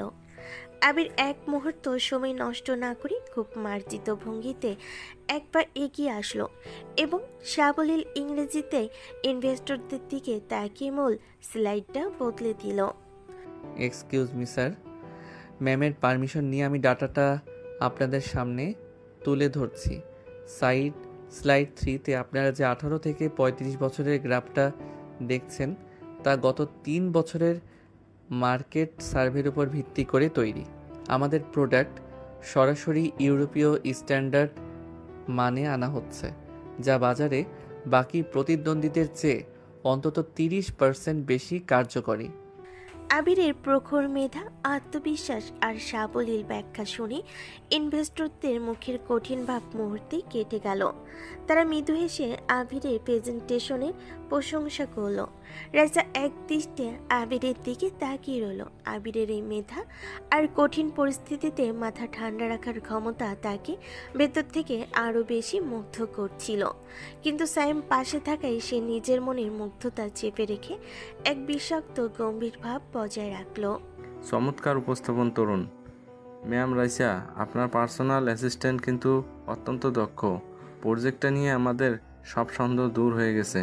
আমরা এই ডিলে সই করতে রাজি। চুক্তি সয়ে শুভ মুহূর্তটি শেষ হতেই সবাই হাততালি দিয়ে উঠল। স্যাম হঠাৎ চেয়ার ছেড়ে উঠে দাঁড়িয়ে অত্যন্ত রাজকীয় ভঙ্গিতে রাইসাকে সোজা করিয়ে ধরল এবং রাইসার কপালে একটা চুমু খাওয়ার নাটক করেই বলল, I am so proud of you darling. তুমি সত্যিই অসাধারণ একটা প্রজেক্ট সাকসেসফুল করলে। পুরো বোর্ডরুমের সামনে স্যামের এমন অনাকাঙ্ক্ষিত ও খোলামেলা রোমান্টিক আচরণ দেখে সিনিয়র বোর্ড মেম্বাররা একটু অস্বস্তিতে পড়লেন। রাইসের চোখে কিন্তু তখন স্যামের ওপর ছিল না, তার চোখ ছিল স্ক্রিনের পাশে দাঁড়িয়ে থাকা আবিরের ওপর। রাইসা দেখতে চেয়েছিল আবিরের সহ্য করার ক্ষমতা কত দূর। আবিরের হাত দুটো মুহূর্তের জন্য রিমোটের ওপর শক্ত হয়ে চেপে বসল। তার বুকের ভেতর যেন আগ্নেয়গিরির লাভা ফুটছিল, কিন্তু আবির এক চুলও নড়ল না, কিংবা তার চোখে এক ফোঁটা জল আসতে দিল না। সে চোখ সরিয়ে নিয়ে খুব প্রফেশনাল গলায় বোর্ড মেম্বারদের উদ্দেশ্যে করে বলল, thank you everyone. Meeting officially এখানেই শেষ হলো। স্ন্যাক্স আর কফি পাশের কনফারেন্স লাউঞ্জে অ্যারেঞ্জ করা হয়েছে। আপনারা প্লিজ সেখানে মুভ করতে পারেন। একে একে ইনভেস্টর ও বোর্ড মেম্বাররা রুম ছেড়ে বেরিয়ে গেলেন। স্যামও আবিরের এই পাথরের মতো শান্ত চেহারা দেখে রাইসার কানে কানে ফিস ফিস করে বলল, ম্যাম, ছেলেটা মানুষ না অন্য কিছু। আপনার সামনে আপনাকে জড়িয়ে ধরলাম, তা ওর চোখে একটা পাতাও কাঁপলো না, ও তো এক ফোঁটাও রিয়্যাক্ট করলো না। তুমি বাইরে গিয়ে একটু বসো সাইম, আমাকে 5টা মিনিট একা থাকতে দাও। সাইম রুম ছেড়ে বেরিয়ে যেতেই পুরো বিশাল বোর্ডরুমে শুধু রাইসা আর আবির রয়ে গেল। সেন্ট্রাল এসির ঠান্ডা ঘরে যেন এক অদ্ভুত নীরব উত্তেজনা চলছিল। আবির ল্যাপটপ আর প্রেজেন্টেশনের ফাইলগুলো শান্ত হাতে গুছিয়ে নিচ্ছিল। রাইসা টেবিল ছেড়ে ধীর পায়ে হেঁটে আবিরের একদম সামনাসামনি এসে দাঁড়ালো। আবির, তোমার কি মনে হয় না আজ আমার এই বড় সাকসেসের পেছনে তোমার আমাকে ব্যক্তিগতভাবে একটু উইশ করা উচিত ছিল, যেভাবে সাইম আমাকে উইশ করলো? আবির ফাইলগুলো গুছানো শেষ করে ল্যাপটপটা নিজের বুকের কাছে ধরে সোজা হয়ে দাঁড়ালো। সে সরাসরি রাইসার চোখে চোখ রাখলো। সেই চোখে এখন আর কোনো ভয় বা সংকোচ নেই, আছে এক চরম আত্মসম্মান আর ভেতরে তীব্র কষ্টের নীরব উত্তর। অফিসিয়ালি প্রজেক্টটা পাস করার জন্য কংগ্র্যাচুলেশনস ম্যাম, তবে পার্সোনাল উইশ করার অধিকারটা আপনি আমাকে দেননি, দিয়েছেন সাইম স্যারকে। আর একজন সামান্য অ্যাসিস্ট্যান্ট হিসেবে আমার সীমানা কতটুকু তা আমি খুব ভালো করেই জানি। সীমানা? তুমি কি সত্যিই ভাবছো সাইম আমার সব? তুমি কি সত্যিই সাইমের সাথে আমার এই ঘনিষ্ঠতা দেখে এক ফোঁটাও কষ্ট পাচ্ছ না আবির? আমার চোখের দিকে তাকিয়ে বলো তো। ম্যাম, আপনি কার সাথে আপনার জীবন কাটাবেন, কাকে জড়িয়ে ধরবেন আর কাকে চুমু খাবেন, সেটা আপনার সম্পূর্ণ ব্যক্তিগত চয়েস। সেখানে আমার কষ্ট পাওয়া বা আনন্দ পাওয়ার কোনো অধিকার নেই। আপনার পার্সোনাল লাইফ আর অফিসিয়াল ডিউটি দুটোই আমি আলাদা রাখতে পছন্দ করি। আবিরের এই পাথরের মতো কঠিন ও বরফ শীতল কথাগুলো শুনে রাইসার মনে মনে কেউ যেন তার বুকে ছুরি চালিয়ে দিয়েছে। তার চোখ দিয়ে না চাওয়া সত্ত্বেও 2 ফোঁটা জল গড়িয়ে পড়ল। আবির রাইসার চোখে জল দেখেও নিজের মনকে শক্ত রাখলো এবং হালকা মাথা নুইয়ে পড়ল। আজ বিকেলের আর কোনো মিটিং বাকি নেই ম্যাম। আপনার অনুমতি থাকলে আমি আমার ডেস্কে গিয়ে বাকি পেপার ওয়ার্কগুলো শেষ করি। আবির রাইসার উত্তরের অপেক্ষা না করি শান্ত পায়ে বোর্ডরুমে দরজা খুলে বের হয়ে গেল। আর রাইসা বোর্ডের টেবিলটা শক্ত করে চেপে ধরে দাঁড়িয়ে রইল। তার ভেতরে সমস্ত অহংকার, রাগ আর কৌশল আবিরের এই আত্মসম্মান ও শালীনতার সামনে চুরমার হয়ে ভেসে গেল। বোর্ড মিটিং শেষ করে রাইসা যখন নিজের গাড়ির দিকে যাচ্ছিল তখন সে পার্কিং লটে এক অদ্ভুত দৃশ্য দেখল। আবিরের কাছে খুব সুন্দরী ও কম বয়সী একটা মেয়ে হেঁটে এলো। মেয়েটি এসে অত্যন্ত আদরের সাথে আবিরকে জড়িয়ে ধরল। আর আবিরও খুব মিষ্টি এসে মেয়েটির মাথায় হাত বুলিয়ে দিয়ে চুলগুলো এলোমেলো করে দিল। তারপর দুজনে হাসতে হাসতে আবিরের পুরনো গাড়িতে গিয়ে উঠে বসলো। গাছের ওপাশ থেকে দৃশ্যটি দেখে রাইসার মাথার ভেতর রক্ত যেন টকবক করে ফুটতে শুরু করলো। তীব্র হিংসা, হিংস্রতা আর রাগ তার সমস্ত বিবেককে গ্রাস করে নিল। সে ড্রাইভ করা শুরু করলো, কিন্তু মাঝ রাস্তায় হঠাৎ তার গাড়ি বিকল হয়ে বন্ধ হয়ে গেল। রাইসা কোনো কিছু না ভেবে গাড়িটা রাস্তার একপাশে দাঁড় করিয়ে দিল। মুষলধারের প্রবল বৃষ্টি হওয়া সত্ত্বেও রাইসা ছাতা হাতে পা বাড়ালো রাস্তায়। বৃষ্টিতে ভিজতে ভিজতে ক্ষোভে চলতে চলতে সে সোজা আবিরের বাসার দিকে হেঁটে চলল। আবিরের এই সাধারণ বাসাটা কোথায় তা রাইসা অনেক আগে থেকে চিনে রেখেছিল। বাসার দরজার সামনে গিয়ে রাইসা উন্মাদের মতো অনবরত কলিং বেল বাজাতে লাগলো। বেশ কিছুক্ষণ পর আবির দরজা খুলতেই বাইরে রাইসা দাঁড়িয়ে আছে। ঝড় বৃষ্টিতে ভিজে কাক ভেজা হয়ে তার পুরো শরীর কাঁপছে, আর চোখ দুটো রাগের কষ্টে রক্ত জবার মতো ফুলে লাল হয়ে আছে। ম্যাম, আপনি এই বৃষ্টিতে ভিজতে ভিজতে এখানে? কি হয়েছে আপনার? আবিরকে কিছু বলার সুযোগ না দিয়ে রাইসা তাকে ধাক্কা মেরে ঘরে ঢুকে পড়ল এবং সোজা আবিরের বেডরুমে গিয়ে চিৎকার করতে লাগলো। কোথায় গেল এখন তোমার বড় বড় দায়িত্বের কথা? কোথায় গেল তোমার ওই একা থাকার বাহানা? কোথায় গেল জীবন নিয়ে কাউকে কাছে আসতে না দেওয়ার সেই নীতিবাক্য? তুমি না বলেছিলে তুমি কাউকে তোমার এলোমেলো জীবনে আসতে দিতে চাও না? তাহলে ওই মেয়েটা কে? ও তো একদম ইয়াং, সুন্দরী, তোমার চেয়ে অনেক ছোট। ও যেটা দিতে পারবে আমি কি তোমাকে সেটা দিতে পারবো না? আবির হতভম্ব হয়ে পড়ল। ম্যাম, এসব আপনি কি বলছেন? আপনি ভুল ভাবছেন। আমি কিছুই ভুল ভাবছি না। তুমি আগে বলতে পারতে যে তোমার আমার থেকে দূরে সরে যাওয়ার সবচেয়ে বড় কারণ হলো আমি তোমার চেয়ে 6 বছরের বড়। এটা মুখে বললে আমি নিজে থেকেই তোমার জীবন থেকে চিরদিনের জন্য দূরে সরে যেতাম। তুমি কি চাও বলো? ওই মেয়েটাকে ভালোবাসতে পারলে আমাকে কেন বাসতে পারো না? আমি দেখেছি ও তোমাকে জড়িয়ে ধরেছে, তোমার গাড়িতে উঠেছে, আর আমার তো মনে হচ্ছে তুমি ওই মেয়েকে তোমার এই বাসায় নিয়ে এসেছো। তুমি কি করতে নিয়ে এসেছো তাকে? আবির মাথা চেপে ধরে বলল। ম্যাম, আপনি পাগল হয়ে গেছেন নাকি? দয়া করে শান্ত হন। রাইসা কান্নে ভেঙে পড়ে জামার উপরে বাটন খুলতে খুলতে। তুমি যা চাও আমিও তোমাকে তাই দিতে পারবো আবির। ছোট মেয়েকে ভুলভাল বুঝিয়ে খুব সহজেই বিছানায় নিয়ে যেতে পারবে, তাই না? আমিও পারবো তোমার চাওয়া, তোমার আকাঙ্ক্ষা পূরণ করতে। রাইসার এমন চরম অসংলগ্ন ও নিজেকে বিলিয়ে দেওয়ার মতো কাণ্ড দেখে আবির ধৈর্যের বাঁধ ভেঙে গেল। সে আর সহ্য করতে পারল না।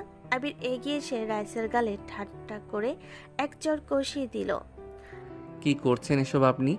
আপনার কাছে এসব শরীর আর ইমোশন নিয়ে খেলা করাটা সিনেমা হতে পারে ম্যাম, কিন্তু আমার কাছে এটা জীবন। আপনি আমাকে এই ধরনের চরিত্রহীন ছেলে ভাবেন? ছি! আর যাকে নিয়ে আপনি এত বাজে আর জঘন্য কথা বলছেন সে অন্য কেউ না, সে আমার একমাত্র ছোট বোন। ঠিক তখনই পাশের ঘরের দরজা খুলে এক তরুণী বাইরে বেরিয়ে আসলো।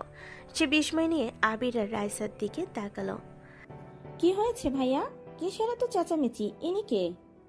আবিরের মুখের বোন শব্দটা শোনা মাত্র রাইসার পায়ের তল থেকে যেন মাটি সরে গেল। তার মাথার ভেতরে সব উন্মাদনা মুহূর্তের মধ্যে স্তব্ধ হয়ে গেল। সে নিজের ভুল বুঝতে পেরে হাঁটু গেড়ে মেঝেতে লুটিয়ে পেল এবং দু হাতে মুখ ঢেকে ফুপিয়ে ফুপিয়ে কাঁদতে লাগলো। কেন আমাকে এভাবে পাগল বানাচ্ছ আবির? কেন আমাকে দিয়ে প্রতিদিন এভাবে পাগলের মতো কাজ করাচ্ছ? আমি আর পারছি না। এই মানসিক যন্ত্রণা আমি আর সহ্য করতে পারছি না। নিজেকে আমি নিজে শেষ করে দেব। কেন আমাকে একটু ভালোবাসতে পারো না? আমি কি এতই খারাপ? রাইসার এই বুক ফাটা আকুতি শুনে আবিরের বোনের চোখ ভিজে উঠল। সে দ্রুত এগিয়ে এসে রাইসাকে মেঝো থেকে জড়িয়ে ধরে তুলল এবং নিজের ঘরের ভেতর নিয়ে গেল। আপনি শান্ত হন আপু, বসুন এখানে। ভাইয়া আপনার কথা আমাকে অনেকবার বলেছে, আপনার ভেতরের কষ্টগুলোর কথা আমি জানি, কিন্তু আপনি হয়তো ভাইয়ার পেছনের সত্যটা জানেন না। ভাইয়া খুব ছোট থাকতে আমাদের পরিবারকে হারিয়েছে। একটা নির্মম রোড অ্যাক্সিডেন্টে আমার বাবা মা দুজনই মারা যায়। তখন থেকে ভাইয়া নিজের সব স্বপ্ন বিসর্জন দিয়ে আমাকে মানুষ করার আর সংসারের দায়িত্ব নিয়ে নিজেকে একটা পাথরের রোবট বানিয়ে ফেলেছে। অ্যাক্সিডেন্ট? কিসের অ্যাক্সিডেন্ট? হ্যাঁ আপু, একটা মারাত্মক অ্যাক্সিডেন্ট। একটা বিত্তশালী পরিবারের এক মেয়ে বেপরোয়া গাড়ি চালিয়ে আমার বাবা মাকে মেরে ফেলেছিল, কিন্তু টাকা আর ক্ষমতার জোর দেখিয়ে মেয়েটা পার পেয়ে যায়। কারণ তখন নাকি সে নাবালিকা ছিল। এমনকি যে গাড়িটি অ্যাক্সিডেন্ট সে করেছিল তার মুখটা আমরা কোনো দিন দেখিনি। বাহ, মানুষের। কি বলছো এইসব? সত্যি আপু, থাক এসব পুরনো দুঃখের কথা বাদ দিন। আপনি তো একদম ভিজে ভিজে কাঁপছেন। দাঁড়ান, আমি আমার একটা শুকনো ড্রেস এনে দিচ্ছি, চেঞ্জ করে নিন, না হলে ঠান্ডা লেগে যাবে। আবিরের বোন রাইসাকে একটা নতুন জামা দিল। রাইসা ভেজা কাপড় বদলে স্বাভাবিক হয়ে ধীর পায়ে রুম থেকে বের হয়ে এলো। ঘরের বাতিগুলো নেভানো, শুধু বেলকনি থেকে সামান্য আলো আসছে। সে গিয়ে দেখলো আবির বেলকনি গ্রিল ধরে বাইরের ঝুম বৃষ্টির দিকে এক দৃষ্টিতে তাকিয়ে আছে। রাইসা অপরাধীর মতো শান্ত পায়ে আবিরের পাশে গিয়ে দাঁড়ালো। আবির, আমাকে ক্ষমা করে দাও। আমি সত্যিই বুঝতে পারিনি। আমার মাথার মানসিক ভারসাম্য ঠিক ছিল না। তুমি তো জানোই আমি নিজেকে সামলাতে পারি না।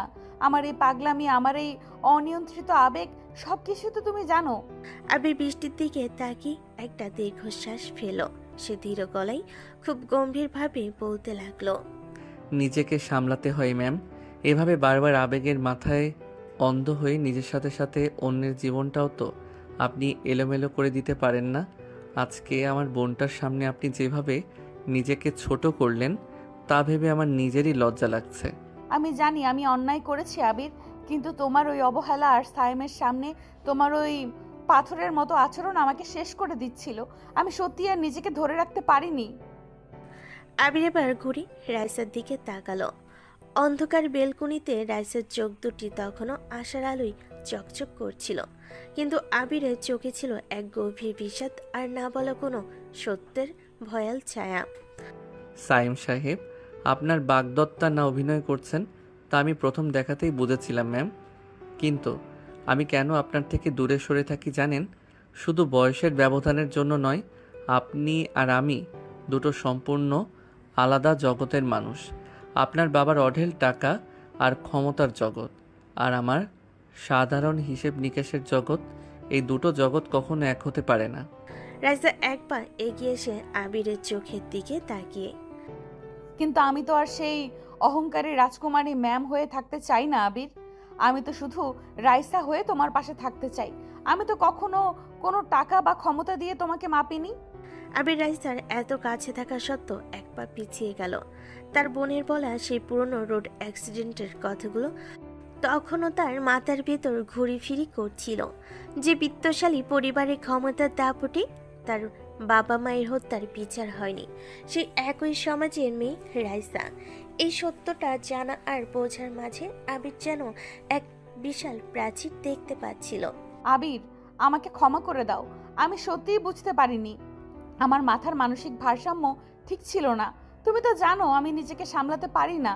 আমার এই আকস্মিক পাগলামি, এই উন্মাদের মতো আবেগ, সব কিছু তো তুমি জানো, তাই না? আবির নিস্তব্ধ হয়ে দাঁড়িয়ে রইল। তার চোখ দুটো ছিল অপরাধবোধ আর গভীর যন্ত্রণায় লাল। সে রাইসার দিকে না তাকিয়ে খুব ভাঙ্গা ও রুদ্ধ কণ্ঠে বলতে লাগলো, না ম্যাম, দোষটা আপনার নয়, অপরাধটা আমার। আপনি আমার যে ঠান্ডা মাথা, শান্ত স্বভাব আর প্রফেশনাল বিহেভিয়ার দেখে ইমপ্রেস হয়েছিলেন, আমি আসলে মোটেও তেমন মানুষ নই। আজ আজ কিভাবে আমি আপনার গায়ে হাত তুলে ফেললাম ম্যাম? আবির, আবিরের চোখ থেকে এক ফোঁটা জল গড়িয়ে পড়ল। আমি বুঝতে পারছি আমি আমার বাবার মতো হয়ে যাচ্ছি ম্যাম। আমার বাবা ঠিক যেভাবে আমার মায়ের জীবনটা অত্যাচার করে তছনছ করে দিয়েছিল, আমি অবিকল সেই মানুষটার প্রতিচ্ছবি হয়ে উঠছি। আপনি যদি আমার এই এলোমেলো আর অভিশপ্ত জীবনে আসেন, আমি আপনার পুরো জীবনটাও ধ্বংস করে দেব ম্যাম। রাইসা আবিরের খুব কাছে এসে আকুল হয়ে মাথা নেড়ে, না আবির, একদমই না। তুমি কেন নিজেকে নিয়ে এত বিষাক্ত চিন্তা করছো?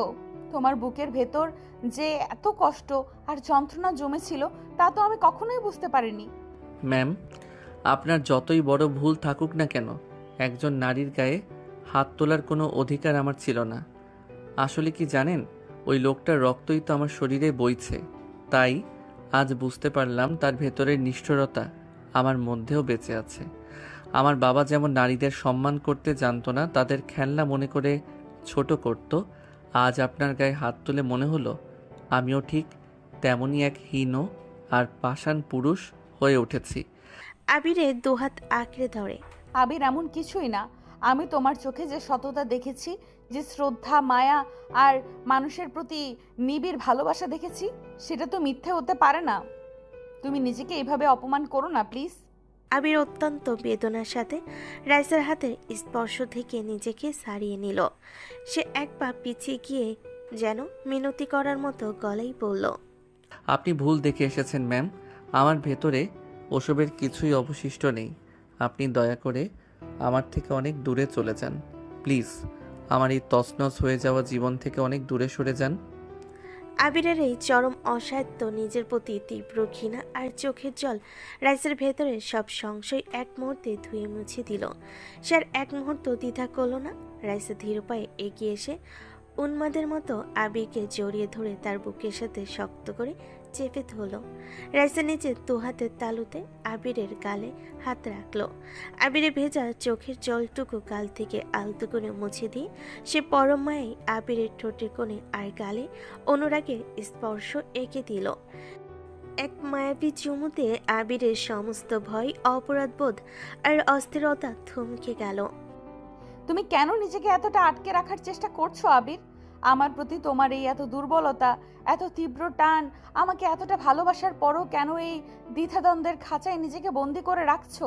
তুমি কি দেখতে পাচ্ছ না তোমার এই ক্ষতবিক্ষত আর ভাঙা হৃদয়টাকেই আমি আমার সমস্ত অস্তিত্ব দিয়ে ভালোবাসি? আবির রাইসদার সেই কাজল কালো চোখের গভীর সাগরের দিকে তাকিয়ে রইল। সেখানে কোনো রাগ বা অহংকার নেই, আছে কেবল এক অনাবিল নির্ভরতা। আবিরের ভেতরে শক্ত পাথরের মতো আত্মনিয়ন্ত্রণ রাইসার এই নিবিড় স্পর্শের বরফের মতো গলে জল হয়ে গেল। আবির আর নিজেকে সামলাতে পারল না। সে নিজের দুহাতে রাইসার কোমর পেঁচিয়ে তাকে বুকের আরও কাছে টেনে নিল। আপনি আমাকে এত বিশ্বাস করেন ম্যাম? আমার এই অন্ধকার জগতে সত্যি ধরা দিতে চান? রাইসা আবিরের বুকে ঘেঁষে দাঁড়ালো, তার গাল ছুঁয়ে মৃদু হেসে। আমি তোমাকে বিশ্বাস করি না আবির। আমি তোমাকে ভালোবাসি, আর তোমার এই অন্ধকারে আলো হয়ে থাকার অধিকারটুকু শুধু আমার, শুধুই আমার।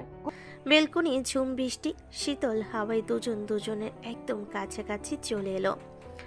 আবির রাইসার কপালে নিজের ঠোঁট ছুঁয়ে দিল, আর রাইসার চোখ বন্ধ করে আবিরের বুকের ধুকপুকানি শুনতে লাগলো। সমস্ত ভুল বোঝাবুঝি আর অতীতের ছায়াকে দূরে ঠেলে দিয়ে সেই রাতটি যেন তাদের ভালোবাসার এক নতুন ও পূর্ণাঙ্গ রূপ দিল। সে ঝড় বৃষ্টির রাতের পর থেকে অফিসে রাইসার আবিরের দিনগুলো একেবারেই বদলে গেল। বাইরে তারা গম্ভীর ম্যানেজিং ডিরেক্টর আর দক্ষ পার্সোনাল অ্যাসিস্ট্যান্ট, কিন্তু গ্লাস কেবিনের আড়ালে দুজনেই যেন একে অপরের প্রেমে আকুল। সকালে রাইসা ডেস্কে বসেছিল। আবির ট্রেতে করে দরকারি অফিসিয়াল ফাইল আর ধোয়া ওঠা ব্ল্যাক কফি নিয়ে ঘরে ঢুকলো। আবির বেশ প্রফেশনাল মুখে টেবিলের ওপর ফাইলের সাথে কফির কাপটা নামিয়ে রাখলো। ম্যাম, আজকের দিনের ফার্স্ট শিডিউলের ফাইলগুলো রেডি। আপনি সই করে দিলেই কাজগুলো শুরু করা যায়। রাইসা ফাইল না দেখে এক দৃষ্টিতে আবিরের দিকে তাকিয়ে রইল। সে আলতো করে টেবিলের উপর নিজের হাতটা রেখে আঙ্গুল দিয়ে আবিরের হাতটা ছুঁয়ে দিল। আবির থমকে গেল, তবে নিজের গম্ভীর চেহারা ধরে রাখার চেষ্টা করলো। গুড মর্নিং আবির। আজ তোমাকে এই নীল শার্টটায় যে কতটা হ্যান্ডসাম লাগছে তাকে তুমি জানো? ফাইল সই করার আগে আমার এই মিষ্টি প্রশংসাটার উপহার কোথায়?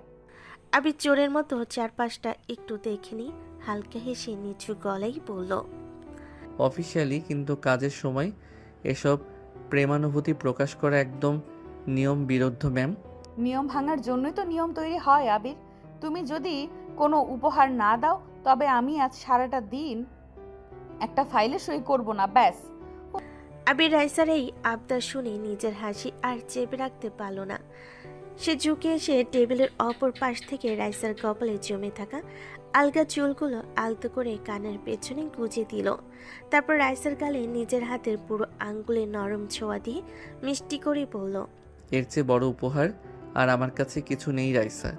এবার কি আমার ম্যাম পেপারে সই করবেন?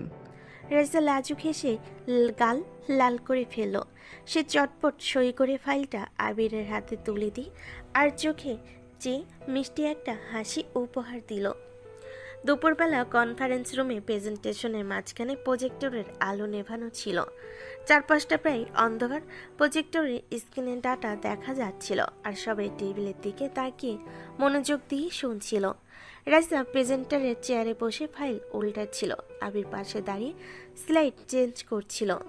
ল্যাপটপের রিমোট চাপার ফাঁকে আবিরের হাতটা টেবিলের নিচে নামতেই রাইসার নিজের নরম হাতটা বাড়িয়ে দিয়ে আবিরের হাত শক্ত করে আঁকড়ে ধরল। আবির চমকে উঠল, কিন্তু মুখে ভাব ধরে রেখে রাইসার দিকে চোখ ফেরালো। সে চোখের ইশারায় বোঝাতে চাইল, সবই দেখছে, ছেড়ে দাও। রাইসা হাতের মুঠো আরো শক্ত করে চেপে ধরল। সে প্রজেক্টরের আবছা আলোয় আবিরের দিকে তাকিয়ে চোখ টিপ মারল। আবির রাইসার এই মিষ্টি বাদরামি দেখে মনে মনে চরম রোমাঞ্চিত হলো। সে টেবিলের নিচেই নিজের পুরো আঙ্গুল দিয়ে রাইসার হাতের তালুতে পরম মায়ে ঘষে দিল। অন্ধকারে দুজনের এই বোবা ভালোবাসার স্পর্শ উপভোগ করছিল, যা পুরো পরিবেশই এক অন্যরকম স্পন্দন এনে দিল। বিকেলের দিকে কেবিনের ভেতরে ক্লায়েন্ট মিটিং শেষে বেশ ঝামেলা সামলাতে হয়েছিল। ক্লায়েন্ট বিদায় নেওয়ার পর রাইসা বেশ ক্লান্ত হয়ে নিজের চেয়ারে মাথা হেলিয়ে চোখ বন্ধ করে রেখেছিল। তার পুরনো শরীরে এক অদ্ভুত ক্লান্তি নেমে এসেছিল। আবির ধীর পায়ে কাছে এলো। সে কেবিনের লাইটগুলো কিছুটা ট্রিম করে দিল। তারপর রাইসার ঠিক পেছনে এসে দাঁড়ালো। আবির নিজের দুটো হাত রাইসার কাঁধে রাখলো এবং খুব বড় মায়েই তার ঘাড় ও কাঁধ ম্যাসেজ করে দিতে লাগলো। রাইসা চোখ বন্ধ রেখেই একটা গভীর প্রশান্তির নিঃশ্বাস ফেললে বলল, আবির, তুমি জানো না কতটুকু আরাম লাগছে। আমার সব চাপ যেন মুহূর্তে উবে গেল। আবির রাইসার কানে মুখ এনে খুব নিচু আর গভীর সুরের গলায় বলল, আপনার এইসব মানসিক চাপ আর ক্লান্তি দূর করার দায়িত্ব যে চিরকালের জন্য আমার ম্যাম। রাইসা চোখ খুলে আবিরের হাত দুটি নিজের হাতের উপর তুলে নিয়ে বুকের কাছে চেপে ধরল। সে ঘুরে আবিরের দিকে তাকালো। তুমি পাশে না থাকলে আমি কিভাবে চলতাম বলো তো? আমার পুরো জগৎটাই তো এখন তুমি। আবির এক পা এগিয়ে এসে রাইসাকে চেয়ার থেকে ওঠার সুযোগ না দিয়ে নিজে নিচু হয়ে রাইসার গালে নরম একটা ভালোবাসার চুমু এঁকে দিল। রাইসা আবিরের শার্টের কলারটা ধরে তাকে আর একটু কাছে টেনে নিল। তাদের দুজনের চোখ বন্ধ হয়ে এলো। এক নিবিড় শান্তির ছোঁয়া পুরো কেবিনে ছড়িয়ে পড়ল। হঠাৎ করেই বিকেলের নীল আকাশ কালো মেঘে ঢেকে গেল। মুষলধারে নামলো বৃষ্টি। অফিসের সব স্টাফ যখন নিচে যাওয়ার তৈরিতে ব্যস্ত, রাইসার আবির চুপি চুপি চলে গেল অফিসের উঁচু ছাদের উপর। বৃষ্টিতে ছাদটা একদম ভিজেছিল, কিন্তু ছাদের একপাশে একটা সুন্দর কাচের শেড দেওয়ার জায়গা ছিল। রাইসা বৃষ্টির শার্ট গায়ে মেখে শেডের নিচে দাঁড়িয়ে দু হাত ছড়িয়ে দিল। বাতাস তার ভেজা চুলগুলো উড়িয়ে দিচ্ছিল। আবির এক কাপ গরম চা নিয়ে তার পাশে গিয়ে দাঁড়ালো। রাইসা আবিরের হাত থেকে চায়ের কাপটা না নিয়ে আবিরের শার্টের হাতা আলতো করে টেনে ধরে বলল, চা পরে হবে আবির, এই বৃষ্টিতে আমাকে একটু জড়িয়ে ধরে দাঁড়াবে না? আবির চায়ের কাপটা বেঞ্চে রেখে দিল। সে কোনো দ্বিধা না করে রাইসার একদম কাছে এসে তাকে নিজের বুকে আগলে নিল। আবিরের বুকে ধুকপুকা নিয়ে রাইসার কানে বাজছিল। আবির ভিজে যাওয়া রাইসার কপালে আর চোখের পাতায় হাত বুলিয়ে দিয়ে বলল, আপনাকে ভিজে গিয়ে ঠান্ডা লাগিয়ে ফেলতে দেওয়া যাবে না। আমার কিছুই হবে না আবির, তোমার শরীরের উষ্ণতা ঠান্ডা আমাকে ছুটি দিচ্ছে না। আগের বাকি জীবনটা এইভাবেই তোমার বুকে মাথা রেখে সারা জীবন কাটাতে চাই আমি।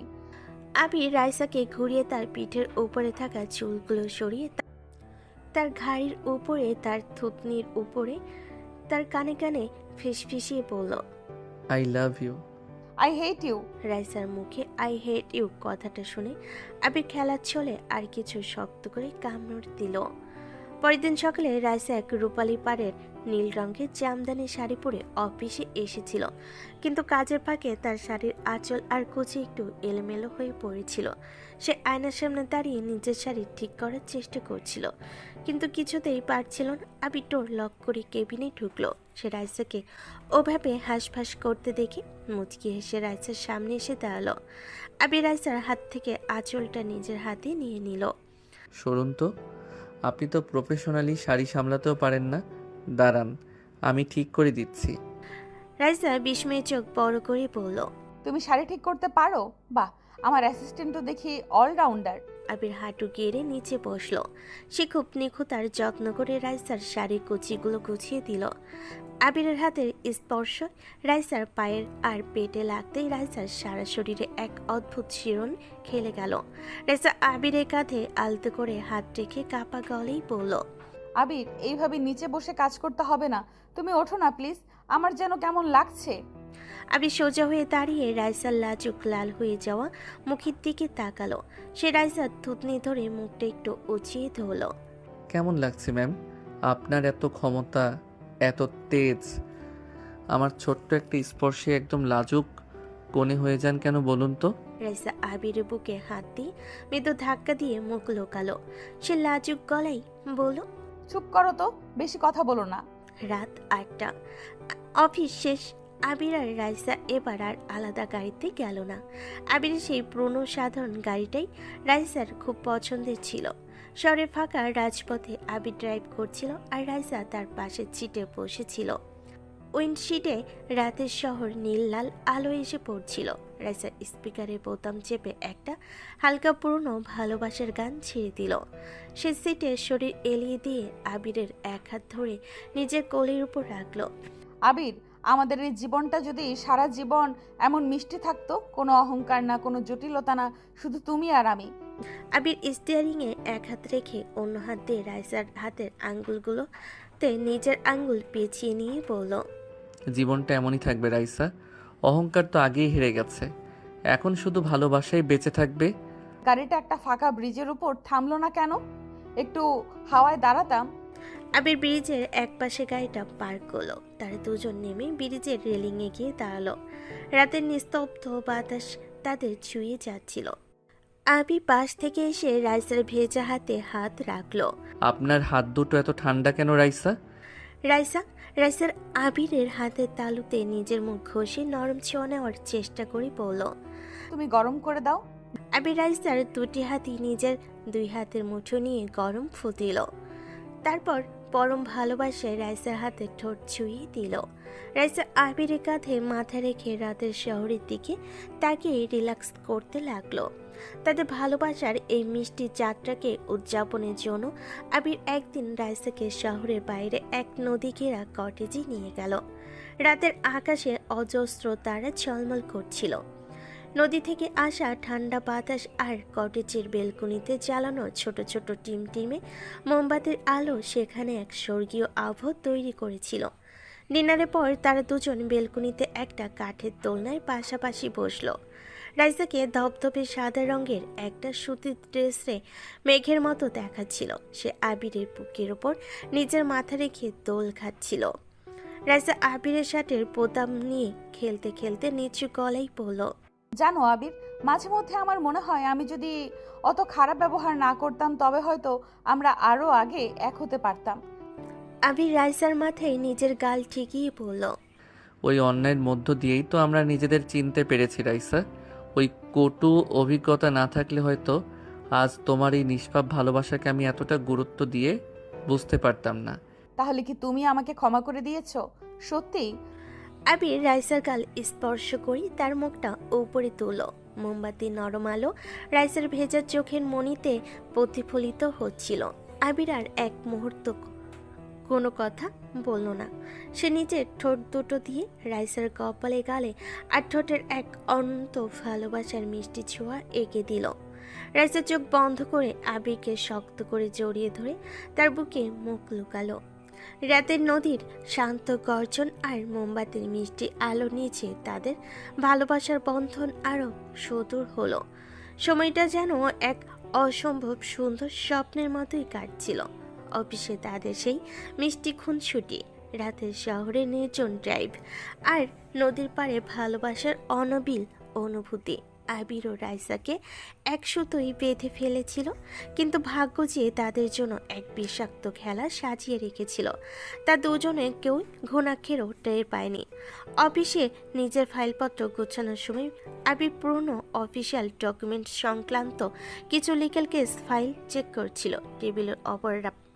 টেবিলের ওপর রাখা বেশ কিছু পুরনো কেসের ফাইলের সাথে রাইসার বাবার কোম্পানির 10 বছর আগের একটা গোপন কেস ফাইল মেশানো ছিল, যা রাইসার বাবার ব্যক্তিগত আলমারি থেকে সম্পত্তি কেবিনে আনা হয়েছিল। ফাইলগুলো উল্টাতে উল্টাতে আবিরের চোখ গিয়ে আটকালো একটা পুরনো পুলিশ রিপোর্টের কাগজের উপর। রিপোর্টের উপর স্পষ্ট অক্ষরে লেখা একটি তারিখ, যে তারিখে এক মর্মান্তিক সড়ক দুর্ঘটনায় আবিরের বাবা মা প্রাণ হারিয়েছিলেন। আবিরের হাতে রক্ত যেন মুহূর্তেই হিম হয়ে গেল। তার হাত দুটো কাঁপতে শুরু করলো। সে উন্মাদের মতো ফাইলটার প্রতিটি পেজ উল্টাতে লাগলো। ফাইলের ভেতরে থাকা ড্রাইভিং লাইসেন্সের কপি, আদালতের গোপন রাফ ড্রাইভ আর অ্যাক্সিডেন্টের সেই ভয়াবহ গাড়ির চেসিস নম্বরের ছবি দেখতে পেল সে। ছবিগুলোতে লাল কালি দিয়ে চিহ্নিত করা আসামির নাম রাইসা চৌধুরী। ঘটনার সময় নাবালিকা হয় এবং তার বাবা মার বিপুল ক্ষমতা জুড়ে রাইসাকে রাতারাতি আইনের চোখ ফাঁকি দিয়ে বিদেশে পাঠিয়ে কেসটিকে ধামাচাপা দেওয়া হয়েছিল। আবিরের চোখের সামনে যেন কালবৈশাখী ঝড় নেমে এলো। যে মেয়েকে সে নিজের সমস্ত আত্মসম্মান আর অতীত ভুলে বুকে স্থান দিয়েছে, যাকে সে বিশ্বাস করে ভালোবেসেছে, সেই রাইসাই তার মা বাবার প্রাণ কেড়ে নেওয়ার বেপরোয়া ড্রাইভার। যে হাত দিয়ে সে প্রতিদিন রাইসাকে পরম মায়ে ছুঁয়ে দিয়েছে, সেই হাতই যেন আজ মা বাবার রক্তের অপরাধে ভারী হয়ে উঠল। আবিরের চোখ দুটো মুহূর্তেই রক্তজবা ফুলের মতো ফুলে গেল। বুকের ভেতর এক তীব্র দহন আর ক্রোধ আগ্নেয়গিরির মতো ফেটে পড়ল। সে শক্ত করে ফাইলটি চেপে ধরে সোজা রাইসার গ্লাস কেবিনের দিকে পা বাড়ালো। কেবিনের ভেতরে তখন রাইসা বেশ ফুরফুরে মেজাজে একটা কফির কাপে চুমুক দিচ্ছিল। সে আবিরকে রাগে কাঁপতে কাঁপতে ভেতরে ঢুকতে দেখে মিষ্টি হেসে চেয়ার ছেড়ে উঠে দাঁড়ালো। আবির, তুমি হঠাৎ এইভাবে রাগি রাগি মুখে দাঁড়িয়ে আছো কেন? কি হয়েছে বলো তো? কোনো ক্লায়েন্ট আবার ডিস্টার্ব করেছে? আবির কোনো কথা বলল না। তার চোয়াল শক্ত হয়েছিল। সে রাইসার একদম মুখোমুখি এসে দাঁড়ালো। তারপর প্রচণ্ড আক্রোশে ফাইলটি রাইসার টেবিলে ছুঁড়ে মারল। ফাইলের ভেতর থেকে পুরনো ছবি আর কাগজগুলো টেবিল জুড়ে ছড়িয়ে পড়ল। আবির খুব নিচু কিন্তু পরব শীতল ও বিষাক্ত গলায় বলল, এই ছবিগুলো আর কাগজগুলো একটু ভালো করে দেখুন তো ম্যাম, আপনার খুব চেনা চেনা মনে হয় কি না?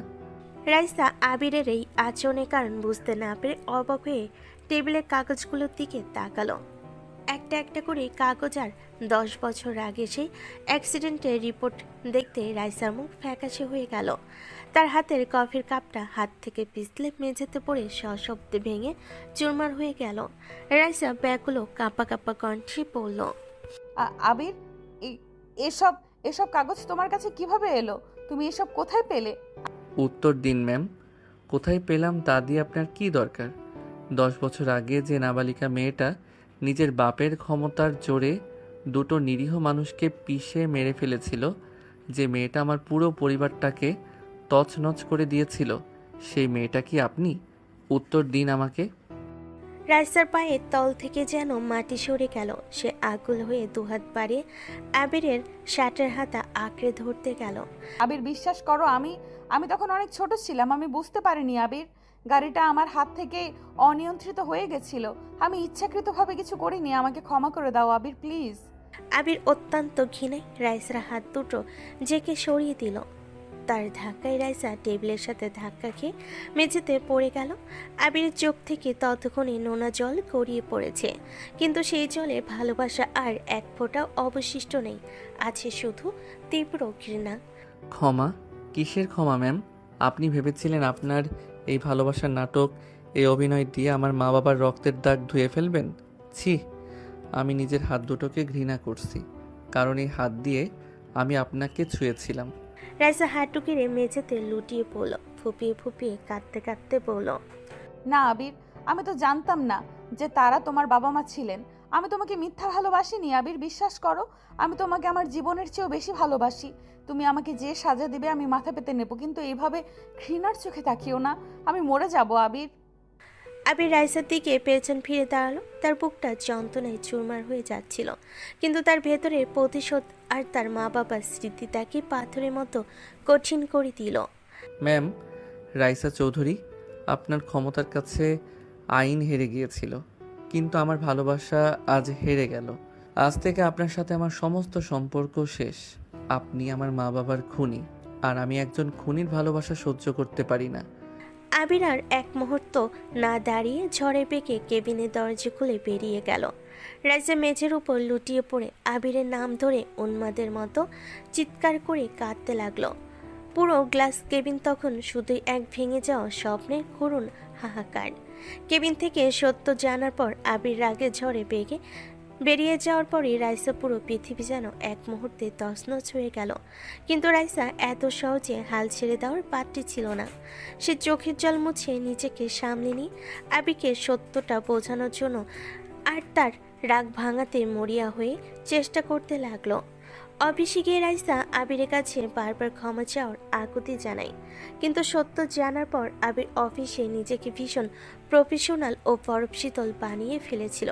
সে জানে রাইসা কোম্পানির ম্যানেজিং ডিরেক্টর, তাই কাজের জায়গায় কোনো ধরনের চেঁচামেচি না করে সে রাইসাকে দিতে লাগলো এক অদৃশ্য ও নিদারুণ অবহেলার শাস্তি।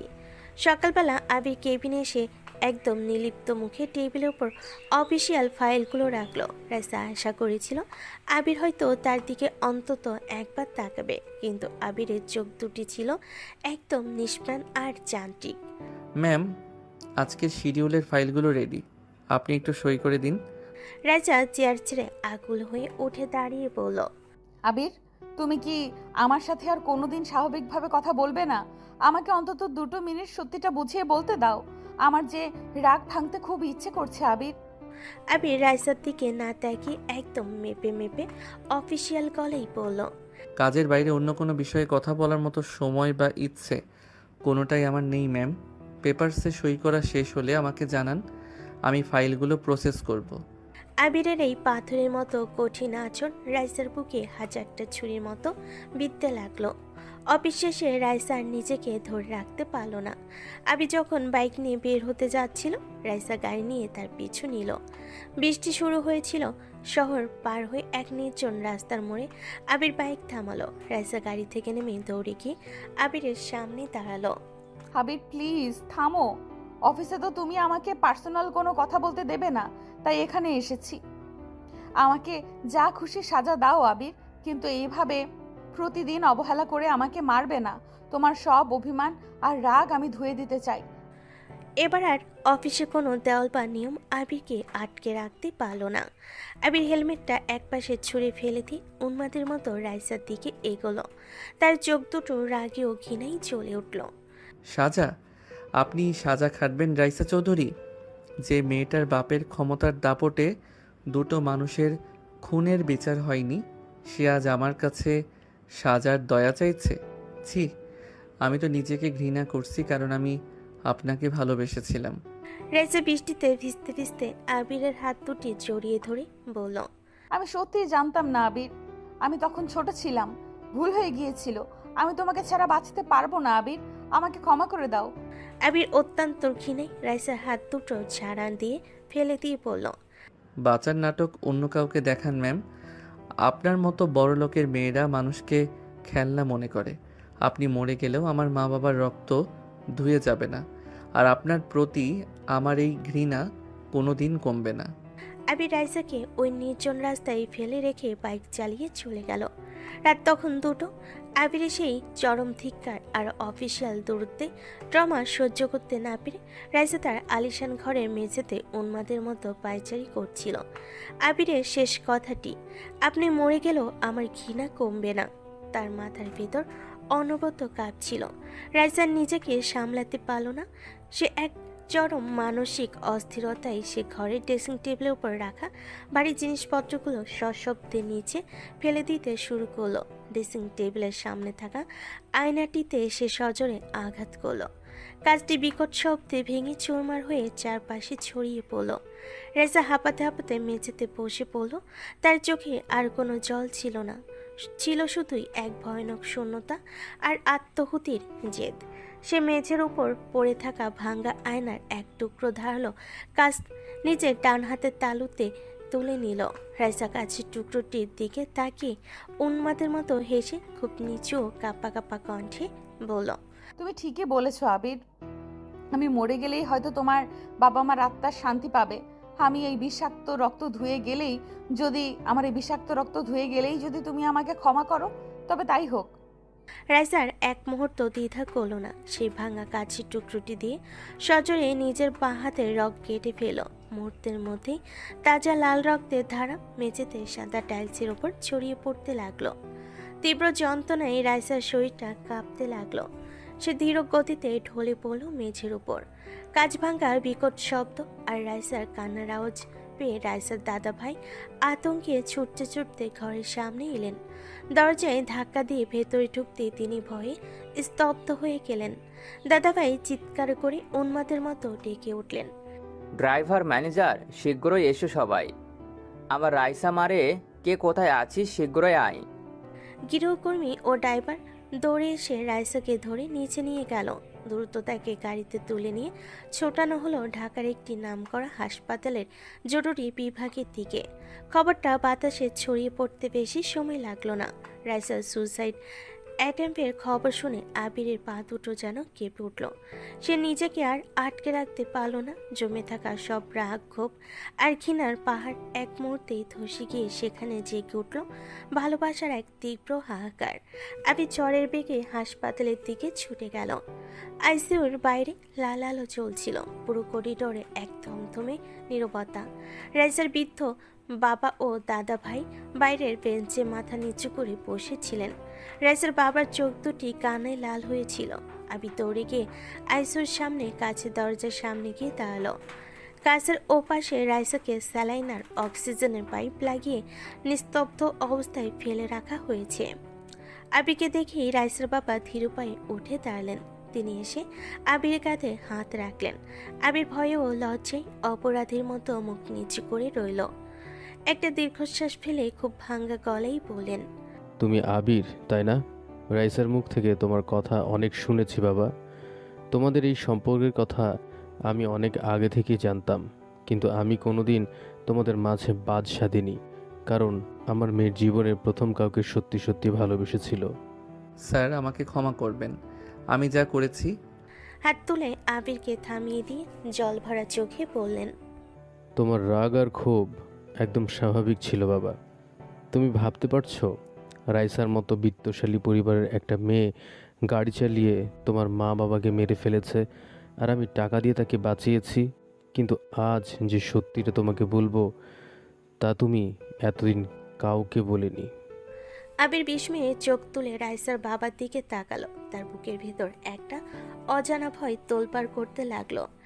একটা গভীর দীর্ঘশ্বাস ছেড়ে বলতে লাগলেন, 10 বছর আগের সেই কালো রাতে রাইসা ইচ্ছাকৃতভাবে বা বেপরোয়া গাড়ি চালাচ্ছিল না বাবা।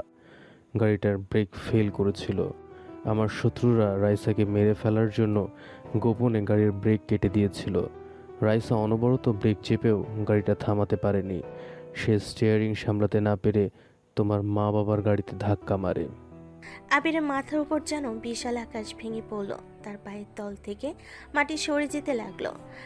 সেদিন অ্যাক্সিডেন্টে তোমার মা বাবা তো চিরদিনের জন্য মারা গেলেন বাবা, কিন্তু সেই একই সাথে আমার রাইসার মাটার মনের ভেতরটা মরে গিয়েছিল। সেদিনের পর দিন ট্রমা আর মানসিক যন্ত্রণায় ভুগেছে। নিজেকে অপরাধী ভেবে রাতে ঘুমাতে পারেনি। আর তুমি না জেনেও আজকে সেই মেয়েটাকেই খুনি বানিয়ে দিলে। সে তো নির্দোষ ছিল বাবা। আবিরের চোখের সামনে চারপাশটা অন্ধকার হয়ে এলো। সে দুই হাতে নিজের মাথা চেপে ধরল, দেওয়ালে হেলান দিয়ে আইসুর মেঝের ওপর হাঁটু গেড়ে বসে পড়ল। তার মুখ দিয়ে আর কোনো কথা ফুটল না, চোখ দিয়ে কেবল বাঁধ ভাঙ্গা নোনা জলের ধারা গড়িয়ে পড়তে লাগলো। নিজের বুকের ভেতর হাত চাপড়ে আকুল হয়ে কাঁদতে কাঁদতে বিড়বিড় করে পড়ল।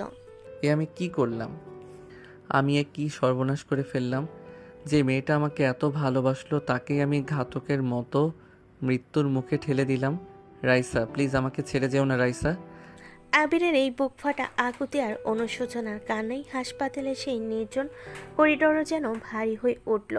কিন্তু কাছের ওপাশে রাইসা তখন জীবন আর মৃত্যুর একদম শেষ সীমানায় দাঁড়িয়ে একাকী যুদ্ধ করছিল। আইসিইউর বাইরের প্রতিটি সেকেন্ড যেন এক একটা যুগের মতো কাটছিল। আবির মেঝের উপর হাঁটু গেড়ে বসে অঝরে কেঁদে যাচ্ছিল। সে রাইসার বাবা ও দাদা ভাইয়ের হাত চেপে ধরে ক্ষমা চাইছিল, কিন্তু তার মনের ভেতরে অপরাধ বোধ কিছুতেই শান্ত হচ্ছিল না। আবির অনবরত খোদার কাছে একটাই প্রার্থনা করছিল, রাইসার প্রাণের বিনিময়ে হলেও যেন তার নিজের জীবনটা কেড়ে নেওয়া হয়। রাত পেরিয়ে ভোর হলো। ভোরের কাঁচা আলো হাসপাতালের করিডোরে এসে পড়ল। ঠিক তখনই আইসিইউর দরজা খুলে ডাক্তার বের হয়ে এলেন। ডাক্তারকে দেখে সবাই উন্মাদের মতো ছুটে গেল। ডাক্তার সাহেব, রাইসা রাইসা কেমন আছে? ও ঠিক আছে তো? মুখে হালকা স্বস্তির হাসি এনে বললেন, কংগ্রাচুলেশন, পেশেন্ট এখন বিপদের বাইরে। আমরা রক্ত দিতে পেরেছি, উনি জ্ঞান ফিরে পেয়েছেন, তবে শরীর খুব দুর্বল। আপনারা চাইলে একজন একজন করে দেখা করতে পারেন। আবিরের বুক থেকে যেন 100 টনের এক বিশাল পাথর নেমে গেল। সে দুই হাত দিয়ে মুখ ঢেকে কান্নায় ভেঙে পড়ল। রাইসার বাবা আলতো করে আবিরের কাঁধে হাত রাখলেন। যাও বাবা, তুমি ভেতরে যাও। তোমার ডাক শুনে হয়তো আমার মেয়েটা ফিরে এসেছে। তুমি ওর কাছে যাও। আবির ধীর পায়ে আইসিইউর দরজা ঠেলে ভেতরে ঢুকলো। ঘরের ভেতর স্যালাইনের মৃদু আওয়াজ আর হার্টবিট মনিটরের বিটের শব্দ ছাড়া আর কোনো শব্দ ছিল না। বিছানা ধপধপে সাদা চাদরে শুয়ে আছে রাইসা। তার চেহারা ফ্যাকাশে, হাত দুটো রক্তশূন্য আর গলায় লেগে রয়েছে অক্সিজেনের মাস্ক। আবির নিঃশব্দে রাইসার পেটের পাশে গিয়ে বসলো। সে খুব সাবধানে পরম ভালোবাসায় রাইসার ব্যান্ডেজ করা হাতটা নিজের দুই হাতের মুঠোয় তুলে নিল। আবিরের চোখের জল রাইসার রক্তশূন্য হাতের উপর গড়িয়ে পড়ল। আমাকে ক্ষমা করে দাও রাইসা, আমি একটা অন্ধ পাষাণ পুরুষ। আমি তোমার নিষ্পাপ মনটাকে চিনতে পারিনি। আমি না জেনে তোমাকে কত কষ্ট দিয়েছি, কত অপমান করেছি। তুমি আমাকে ছেড়ে যাওয়ার সিদ্ধান্ত কেন নিলে রাইসা? আবিরের চোখের জলের মায়াবী স্পর্শ পেয়ে রাইসা ধীর গতিতে তার চোখের পাতা দুটো মেলল। তার চোখ দুটি ছিল একদম ক্লান্ত আর শান্ত।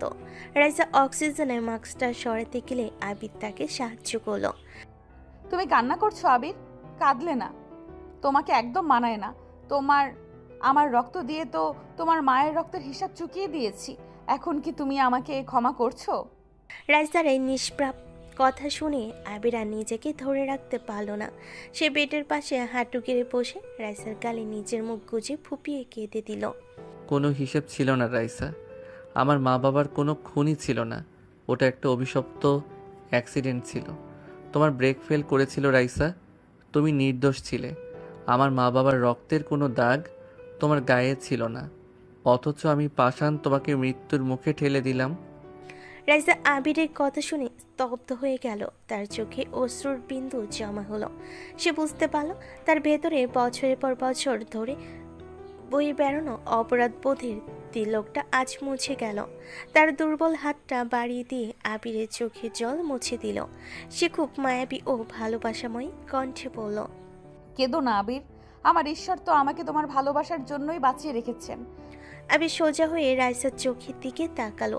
সেই চোখে আর কোনো ঘৃণা নেই, কোনো দূরত্ব নেই, আছে শুধু এক মহাসাগরের মতো অনাবিল ভালোবাসা আর আশ্রয় নেওয়ার ব্যাকুলতা।